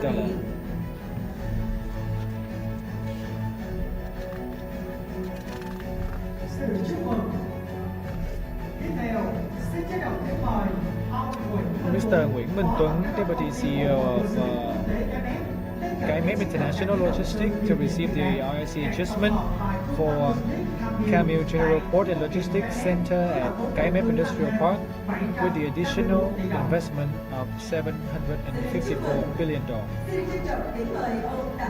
Mr. THANH, Deputy Head of the PMU of Power Projects in the South, a subsidiary of the EVNNPT, to receive the decision for investment of the 220 kV substation Phước Thuận in Đất Đỏ and transmission line at Xuyên Mộc District with a total investment of $766 billion. Ms. Huỳnh Thị Đông Thi, beauty member of Top Tile JSC, to receive the RC adjustment for the Top Tile manufacturing plant at Vĩnh Xuân A Industrial Park with the additional investment of $790 billion. Sorry.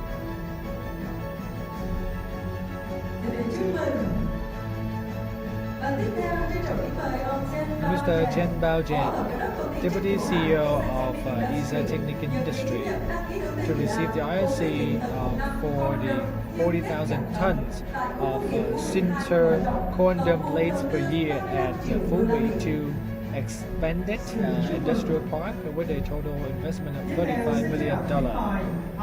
Mr. Kazama Toshio, Deputy CEO of THANH to receive the IRC for warehouse D31 and specialized Vung 3 industrial park with a total investment of $998 billion.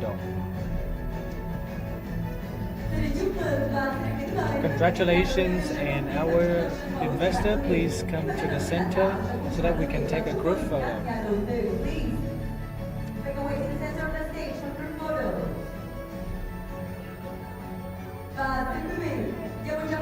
Please give a big round of applause to congratulate our investors.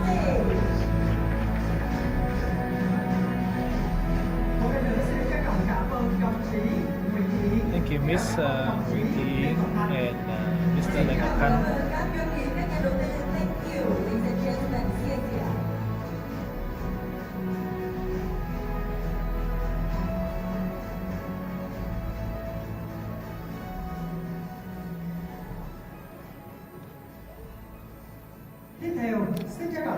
Coming up next, we would like to welcome on stage Mr. Phạm Viết Thành, member of the Party Central Committee, Secretary of the Provincial Party Committee, and also the Chairman of People's Council, Mr. Nguyễn Văn Thọ, Deputy Secretary and Chairman of People's Committee, come on stage to present the investment registration certificates and investment policy decisions and flowers to international enterprises and investors.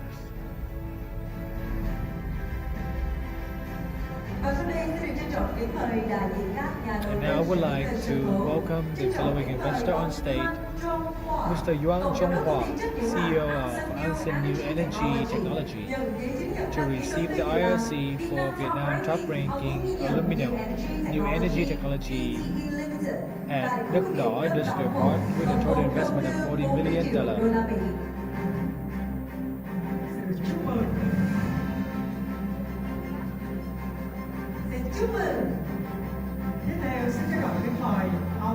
Mr. Kim Chong, CEO of CRMNS Vietnam, to receive the IRC adjustment for CHMNS Vietnam, a specialized for Vung 3 Industrial Park with the additional investment of $56 million.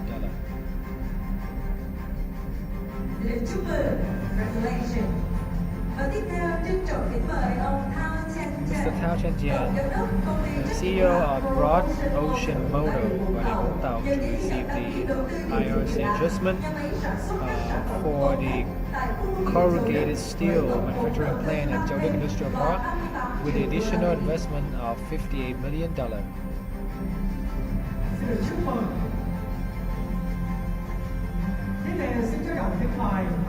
Mr. Chan Yushan, COO of the factory of Quatronic Technology by Vũng Tàu, to receive the IRC adjustment for the Quatronic Technology by Vũng Tàu specialized for industrial park with the additional investment of $60 million.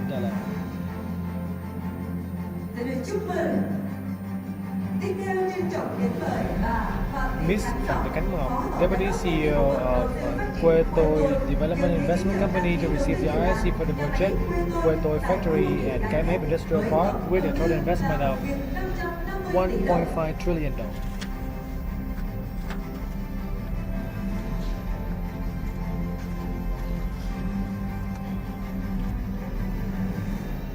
Xin được chúc mừng. Tiếp theo xin trân trọng kính mời ông Lê Thanh Tùng, Mr. Lê Thanh Tùng, Director of EDCO, to receive the IRC for the infrastructure expansion project at Mỹ Xuân B1 Connect Industrial Park at Phú Mỹ City with a total investment of $1.9 trillion. Chúc mừng. Tiếp theo trân trọng kính mời ông Trần Văn Mười, Mr. Trần Văn Mười, Chairman of Vietnam Agriculture Commerce Tourism Company, to receive the IRC adjustment for the 5-star hotel and condo 5-star Presidents at Vũng Tàu City with the additional investment of $1.9 trillion. Chúc mừng. Tiếp theo xin trân trọng kính mời ông Nguyễn Thành Trung, Mr. Nguyễn Thành Trung, Deputy Director of Long Sơn Company, to receive the investment decision for Long Sơn Mỹ Xuân Port Complex at Phú Mỹ City with a total investment of $2.3 trillion. Xin chúc mừng. Và tiếp theo trân trọng kính mời ông Trần Hán Quân, Mr. Trần Hán Quân, CEO of Green World Company, to receive the IRC adjustment for the 5-star ODC's hotel and condo at Vũng Tàu City with additional investment of $2.4 trillion.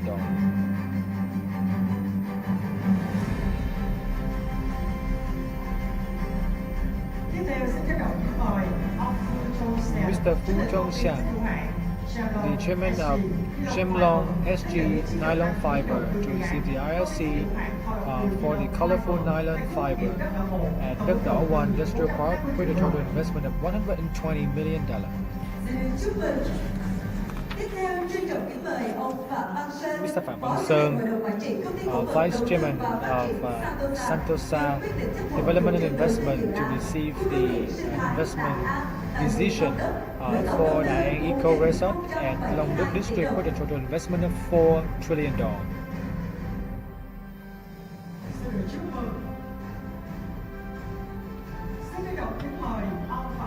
Mr. Phạm Hữu Cơ, CEO of Vạn Thương Industrial Infrastructure Development, to receive the IRC for Vạn Thương Industrial Project at Phú Mỹ City with a total development investment of $4.3 trillion. Chúc mừng.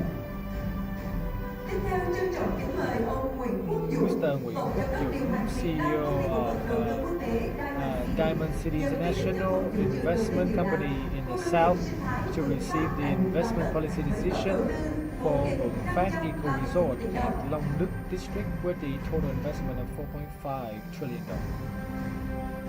Chúc mừng. Tiếp theo xin trân trọng kính mời ông Lê Hữu Tài, Mr. Lê Hữu Tài, Chairman of HD Industrial Zone Development, to receive the IRC for HD Industrial Park at Phú Mỹ City with a total investment of $4.9 trillion.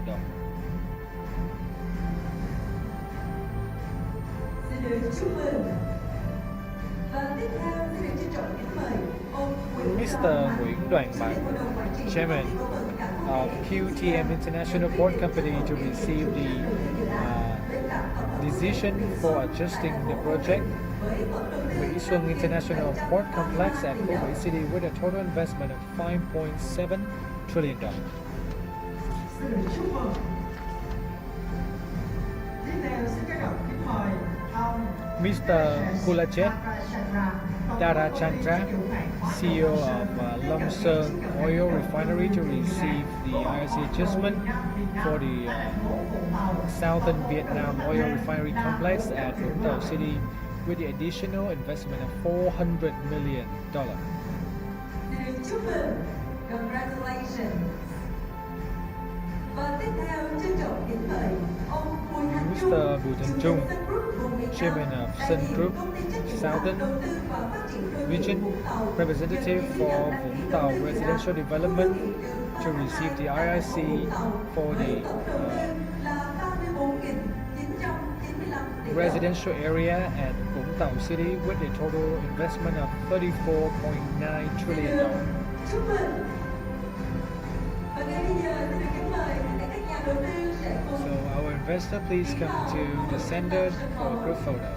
Và xin trân trọng kính mời đồng chí Mai Văn Chính, Phó Thủ tướng Chính phủ nước Cộng hòa xã hội chủ nghĩa Việt Nam. And I would like to welcome Mr. Mai Văn Chính, Deputy Prime Minister, and also Mr. Lê Tấn Cận, the Deputy Minister of Finance, and Ms. Nguyễn Thị Yến, Head of the Provincial National Assembly delegation to come on stage to take the group photo with our investors.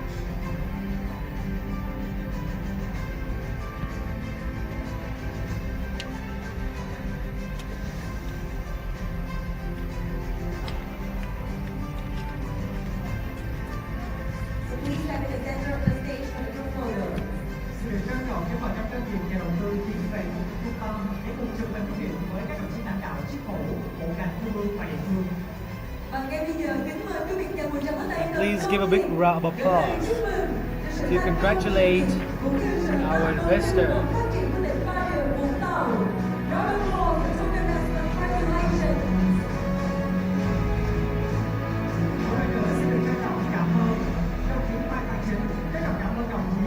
Once again, thank you, Mr. Chính, Mr. Cận, and Ms. Yến.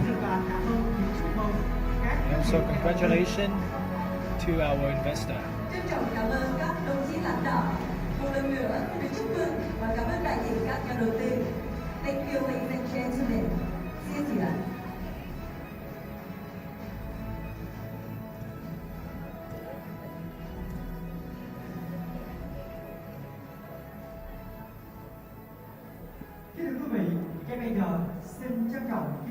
Ladies and gentlemen, I would like to welcome on stage Mr. Lê Khắc Kiệm, Vice Chairman of Vingroup Joint Stock Company, one of our investors, to deliver his remarks.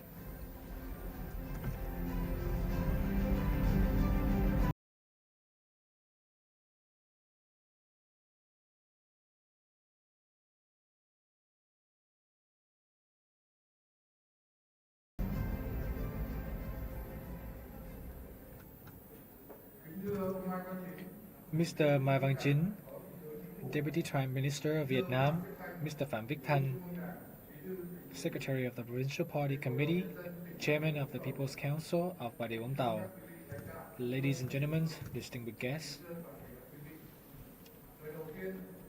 First of all, on behalf of Vingroup's leadership, I would like to extend my heartfelt greetings and best wishes to everyone attending at the 2025 Bà Rịa Vũng Tàu Investment Promotions Conference today. Ladies and gentlemen, Bà Rịa Vũng Tàu stand out as one of Vietnam's most attractive investment destinations, not just because of its strategic location and abundant natural resources, but also thanks to the province's leadership commitment to administrative reform and strong support for businesses. With Cái Mép Thị Vải deepwater port, among the world's fastest growing, its long, pristine coastline ripe for high-end tourism and ideal regional connectivity, Bà Rịa Vũng Tàu is not only a prime destination for investors but also an important driver in the Southeast region's development. Recognizing this tremendous potential, Vingroup has proposed to be the strategic investor for a free trade zone at Cái Mép Hạ, developing a downstream port complex, logistics center, industrial, urban, and service zones across more than 205,000 hectares. We aim for this project to help turn Bà Rịa Vũng Tàu into a top logistic hub for Vietnam and the region, support the province seaport economy and investment, and realize the visions of a future port city.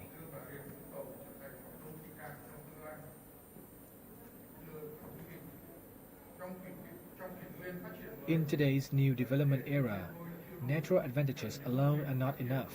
Breakthrough models, flexible mechanisms, and innovative approaches are essential to seize opportunities and overcome challenges. Drawing on our own experience with major development like VinFast, Vinhomes Ocean Park, Phú Quốc United Center, Vinhomes Royal Island, and most recently, Vinhomes Green Paradise, we would like to share a few proposals that we hope will contribute practically to the province's progress. First, the province may consider integrating infrastructure and multiple functions into a unified master plan. By creating multi-use complexes from the start rather than separating industry, urban tourism and services, we can optimize land use, boost efficiencies, and save times and cost. Second, streamline investment approvals and ensure a true one-stop shop process for major projects. Delays in land conversions, zoning, and permits are common bottlenecks nationwide. For investors that are dedicated to these regions, clear, transparent, and timely procedures are vital for the decisions in project launches. Third, focus on creating growth zones with standout tax policies, infrastructure investment, and incentives led by strong enterprises. New style combined logistic industrial urban zones as seen in East Asia could inspire Bà Rịa Vũng Tàu, where government provides core infrastructure while investors lead project operations in line with set directions. Fourth, in real estate and housing, the province should encourage urban developments that are green, smart, multifunctional. Vinhome's successful mega urban projects demonstrate the value of blending modern infrastructure with high-quality living and diverse community services. This model can be expanded here, especially as new opportunities arise from administrative integration or the merging with Ho Chi Minh cities. Fifth, promote selective investment attraction. Focus on companies with long-term vision, real capabilities, and sustainable growth strategies. At the same time, strengthen public-private dialogue, ensure regular progress updates, resolve issues proactively, and minimize legal risks for all parties. Bà Rịa Vũng Tàu is on the verge of a major transformations with all the elements to become a top investment destination. Maintaining a spirit of reform, ambition, and partnership with businesses will help make the province a powerful new growth engine for the country. Vingroup hopes to be a long-term partner on this journey. We also look forward to continued support so that Vingroup and other reputable companies can invest and contribute to a sustainable, modern, and prosperous Bà Rịa Vũng Tàu in the years ahead. Thank you very much.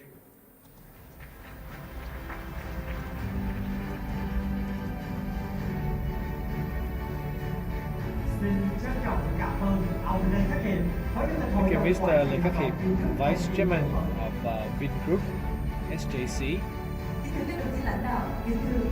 Ladies and gentlemen, semiconductor industry involves the manufacturing and development of electronic devices that use semiconductor materials to control electric currents. It is a crucial industry playing a key role in the development of IT, telecom, and many others. Currently, the most commonly used semiconductor material is silicon.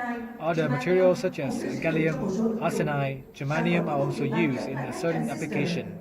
Products of semiconductor industry include transistors, microprocessor chips, and integrated circuits, and among others.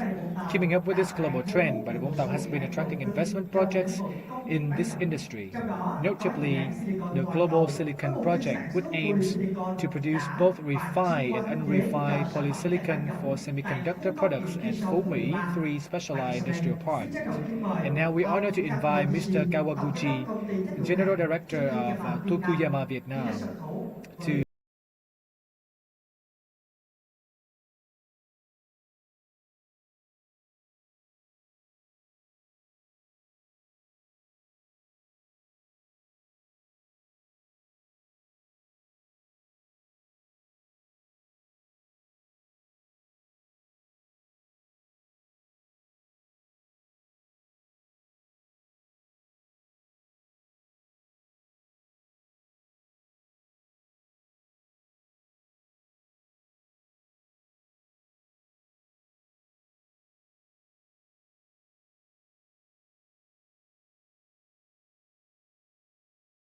Sẽ có phần tiếng Việt được chiếu trên màn hình, phiên dịch sẽ dịch tiếng Anh.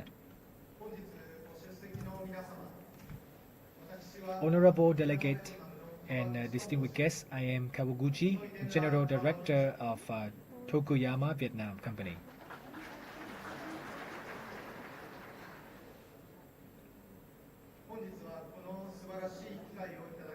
Today, I am extremely honored and proud to participate in Bà Rịa Vũng Tàu Province Investment Promotion Conference 2025.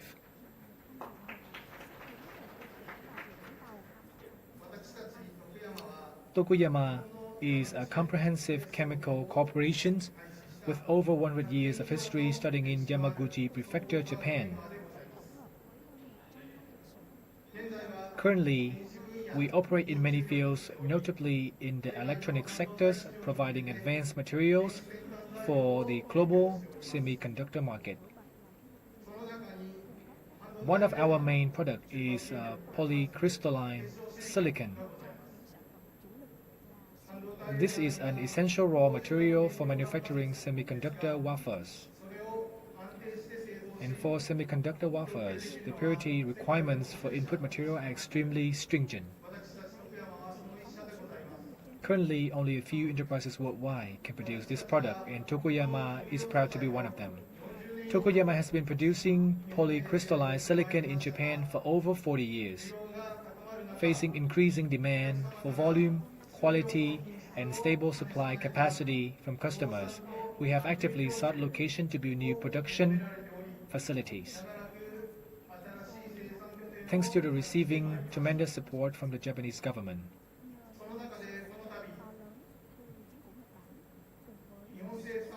Along with the promotion from Vietnam Semiconductor Industry Development Strategy and Bà Rịa Vũng Tàu Province Investment Attraction Policy, we decided to invest in building a factory to perform the product processing stage in the polycrystalline silicon production process in Bà Rịa Vũng Tàu Province.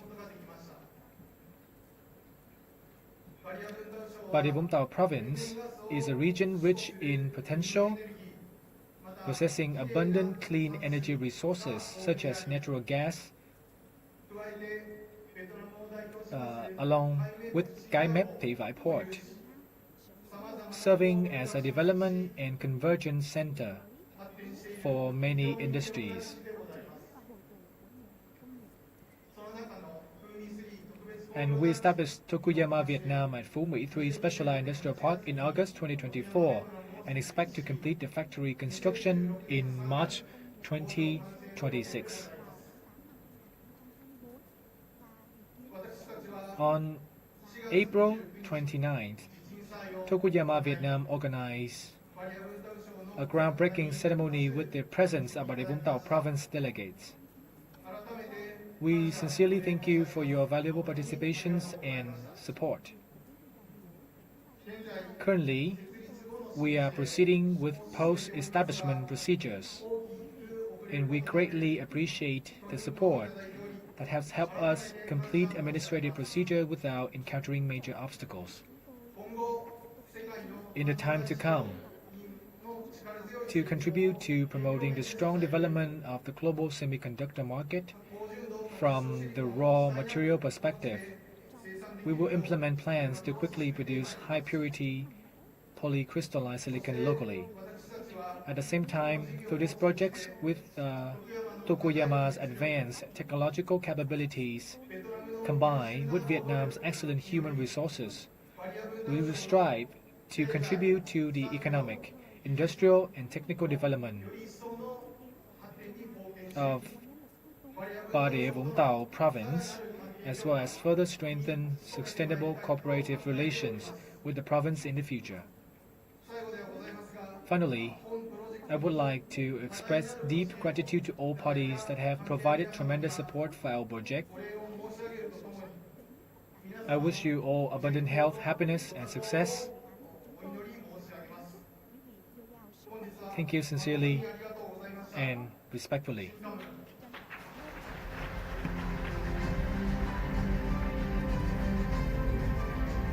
Arigatou gozaimasu. Thank you, Mr. Kamoguchi, CEO of Tokuyama Vietnam. Ladies and gentlemen, alongside the unity, consensus and strong determination of the province political system, the development of province in recent time and especially in the future cannot be achieved without the close leadership and direction from the government and timely support from central ministry and agencies. And now, we respectfully invite Mr. Mai Văn-Chính, Deputy Prime Minister of Vietnam, to deliver his directive speech at today's conference.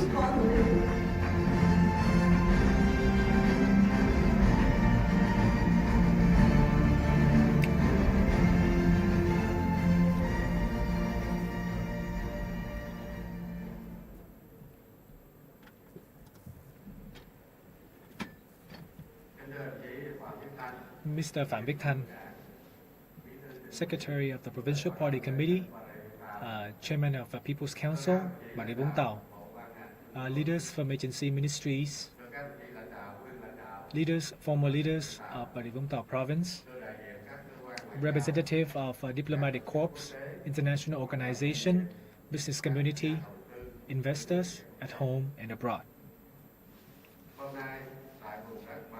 Today, at the beautiful Bà Rịa Vũng Tàu province, rich in tradition and history, I am delighted to join the Investment Promotions Conference 2025 with the theme, Select Bà Rịa Vũng Tàu. This event holds a significant meaning in terms of attracting investment to drive socio-economic growth in this province. On behalf of the government, the Prime Minister, and also with the deep respect, I would like to extend my heartfelt appreciation and also especially to all the distinguished guests, the investor at home and abroad, business association, international expert, a cordial welcome and best wishes.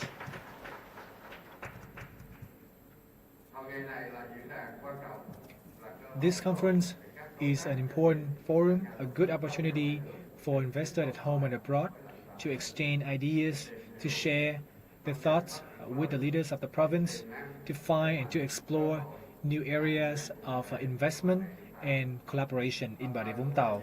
At the same time, it is the chance for the leaders from government agencies to share their view on how to best promote investment and development in Vũng Tàu province.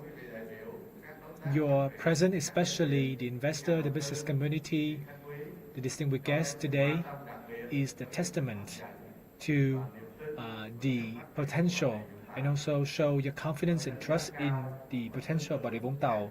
I highly appreciate the projects that have just been signed today and wish them for the best, all the best in the future. Ladies and gentlemen, Bà Rịa Vũng Tàu is a part of the Southern Key Economic Zone with the strategic location and also with the advantages in oil and gas, maritime economy and logistics, tourism, and even seafood. As a gateway to the sea of the southern provinces and also with the international transshipment port where it can help to ship the products from Cái Mép Thị Vải to Asia, Europe and the Americas. It can be said that Bà Rịa Vũng Tàu has tremendous potential and advantages for rapid, strong and sustainable economic development with spillover effects for the broader region. In recent years, despite many difficulties and challenges, with strong efforts from provincial leaders and the people of the province, I believe they have achieved notable accomplishments in all sectors. They continue to reaffirm its positions in the region and also nationwide. The economy here has seen significant growth. Economic structure has shifted powerfully towards increased industry and services. The investment and business environment has continuously improved, attracting many large, impactful projects that contribute greatly to the province's socio-economic development. Total investment from all sources in the province in 2021-2024 reached 240 trillion dong, of which business investment domestic and foreign, was over 183 trillion dong, accounting for 76.5%. As of the end of May 2025, the province has 503 FDI projects with a total registered capital of over $34 billion, ranked 5th nationwide, and 712 domestic projects with a registered capital of about 470 trillion dong. While the province occupies only 0.6% of Vietnam land and over 1% of the population, but in 2024, Bà Rịa Vũng Tàu ranked 6th in GRDP, after Ho Chi Minh City, Hà Nội, Bình Dương, Đồng Nai, and Hải Phòng. 4th in state budget revenue after Ho Chi Minh City, Hà Nội, and Hải Phòng. And 5th in foreign investment attraction. Culture and social sectors have made strong progress. Policies on social welfare, job creation, poverty reductions, and improving people's living standards have been paid close attention. Healthcare for the population has been strengthened, national defense has been consolidated, political security maintained. So on behalf of the government, I highly commend the efforts and significant achievements by Bà Rịa Vũng Tàu in recent years, which had greatly contributed to the development of the Southeast region and the entire nation. Distinguished guests, with the advantages and beside the achievement for Bà Rịa Vũng Tàu to contribute greater to the economic development, especially the target of 8% GDP growth in 2025 and also double-digit growth going forward, I would like to recommend a few things. First, continue to innovate the mindset and also to utilize the resources to make use of the historical, cultural value and also to foster administrative reforms, keeping up with the trend, especially with what is happening outside, and also try the best to overcome the challenges. After the merging with Ho Chi Minh City and Bình Dương, Bà Rịa Vũng Tàu will be a new administrative unit under Ho Chi Minh City. So with the expanded spatial development, with greater potential and synergy and greater driver, then I believe Vũng Tàu can be a great pillar for the new era of growth. Second, we need to leverage its strategic location, especially as a gateway to the EC for the southern provinces. And it would be an important portway to the world.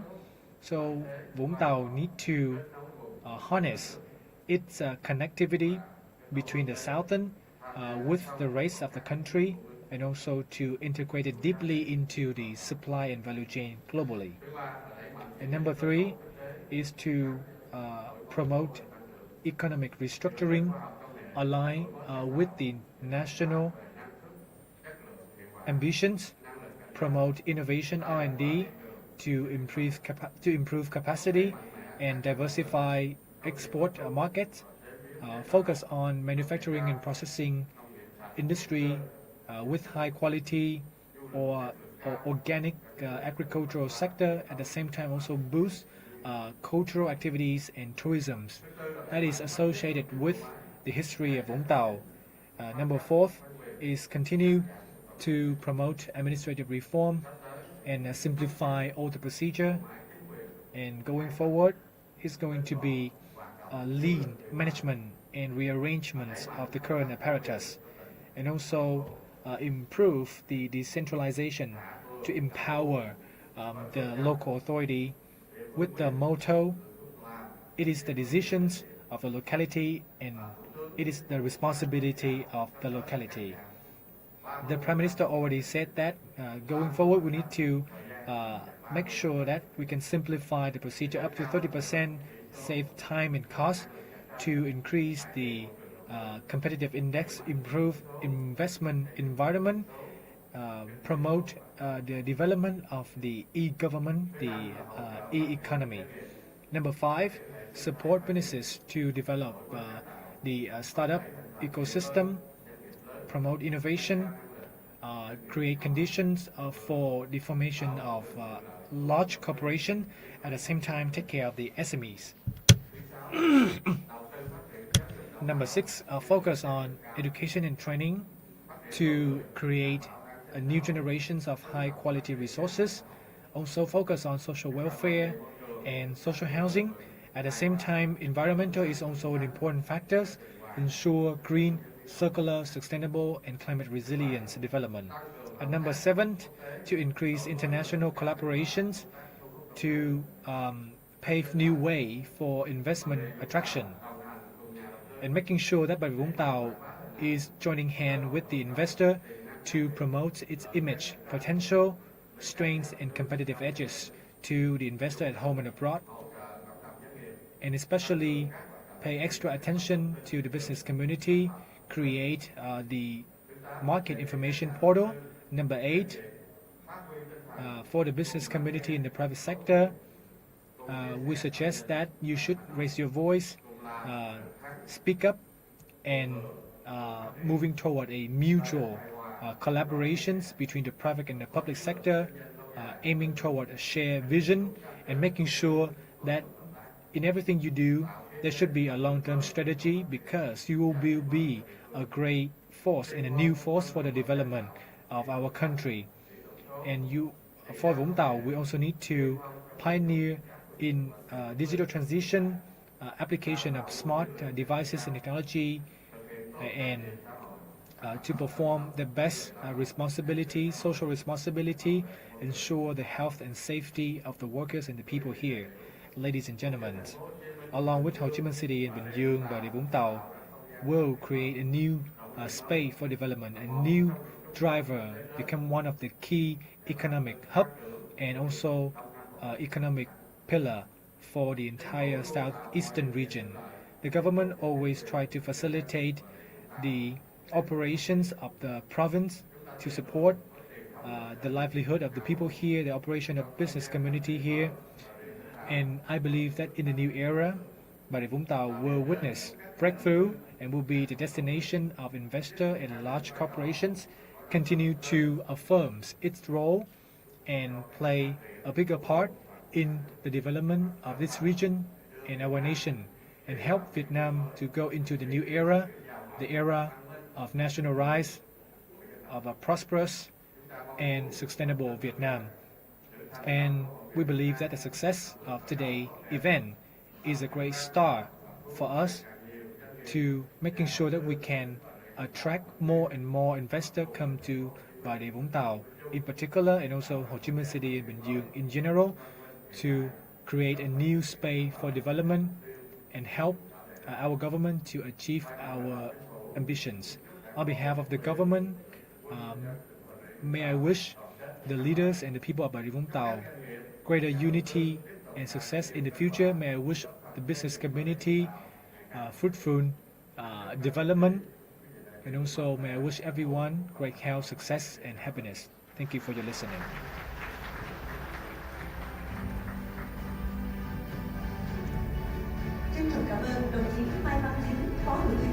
Thank you, Mr. Mai Văn Chính, Deputy Prime Minister of Vietnam.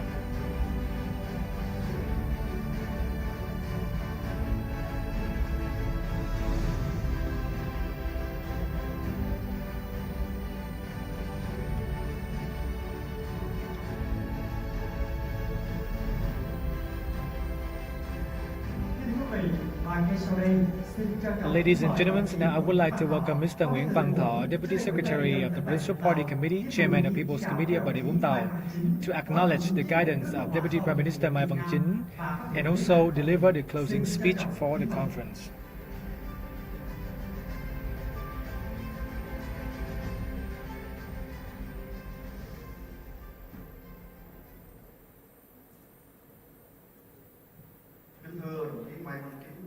Mr. Mai Văn Chính, Deputy Prime Minister of Vietnam. Mr. Phạm Viết Thanh, Secretary of the Provincial Party Committee, Chairman of the Provincial People's Council, leaders from ministry, agency, former leaders of the province, investor at home and abroad, business association, diplomatic corps. At this point, we can affirm that the 2025 investment conference with the theme Select Bà Rịa Vũng Tàu has been a great success. Through the short documentary and speeches shared, all delegates have received comprehensive information about Bà Rịa Vũng Tau's achievements, potential and advantages, investment climates, as well as the key projects, initiatives that will be the focus of investment promotion following today's conference. We hope that those will be great sources of information for the investor to make informed decisions. And we are very pleased to have received many insightful and practical contributions to improving the business and investment environment, especially the guidance from Mr. Mai Văn-chính, Deputy Prime Minister, has provided clear direction and highlighted key tasks for the province development in the coming period.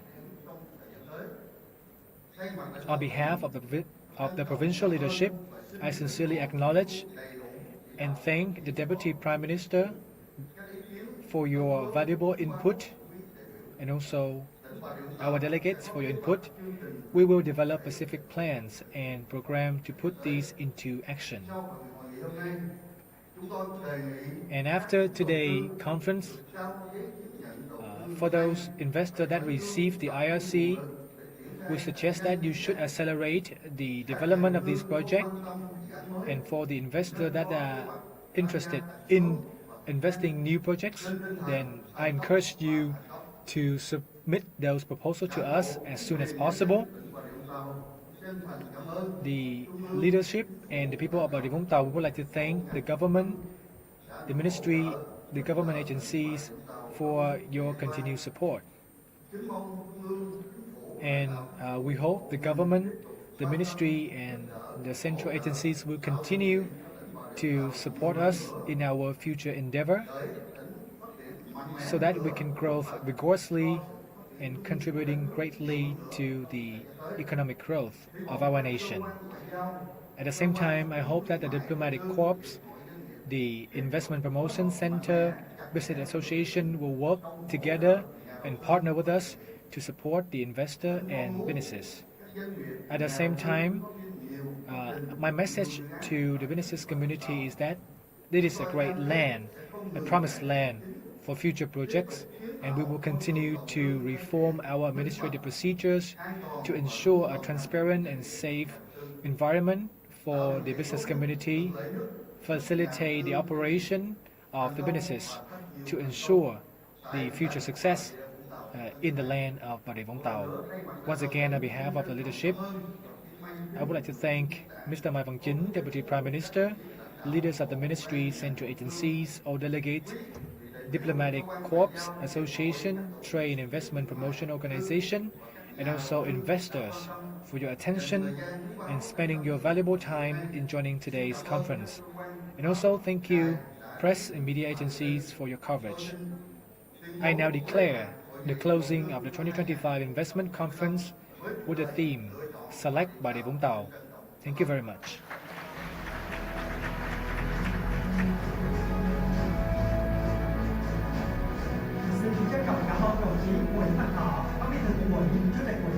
Thank you, Mr. Nguyễn Văn Thọ, for your closing remark.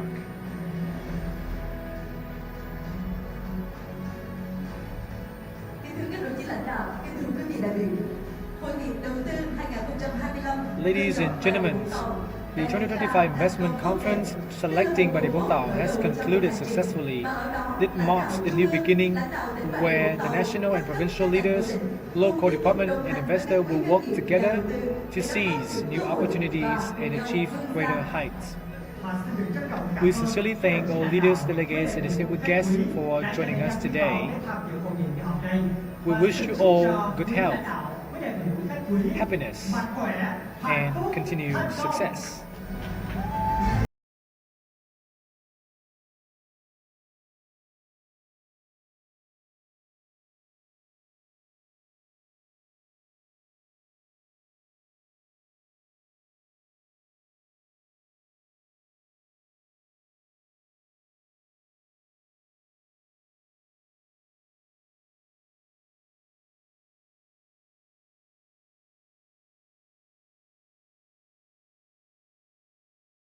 Gentlemen, we already prepared luncheon. At the next auditorium, please follow our staff guidance and join us in the luncheon.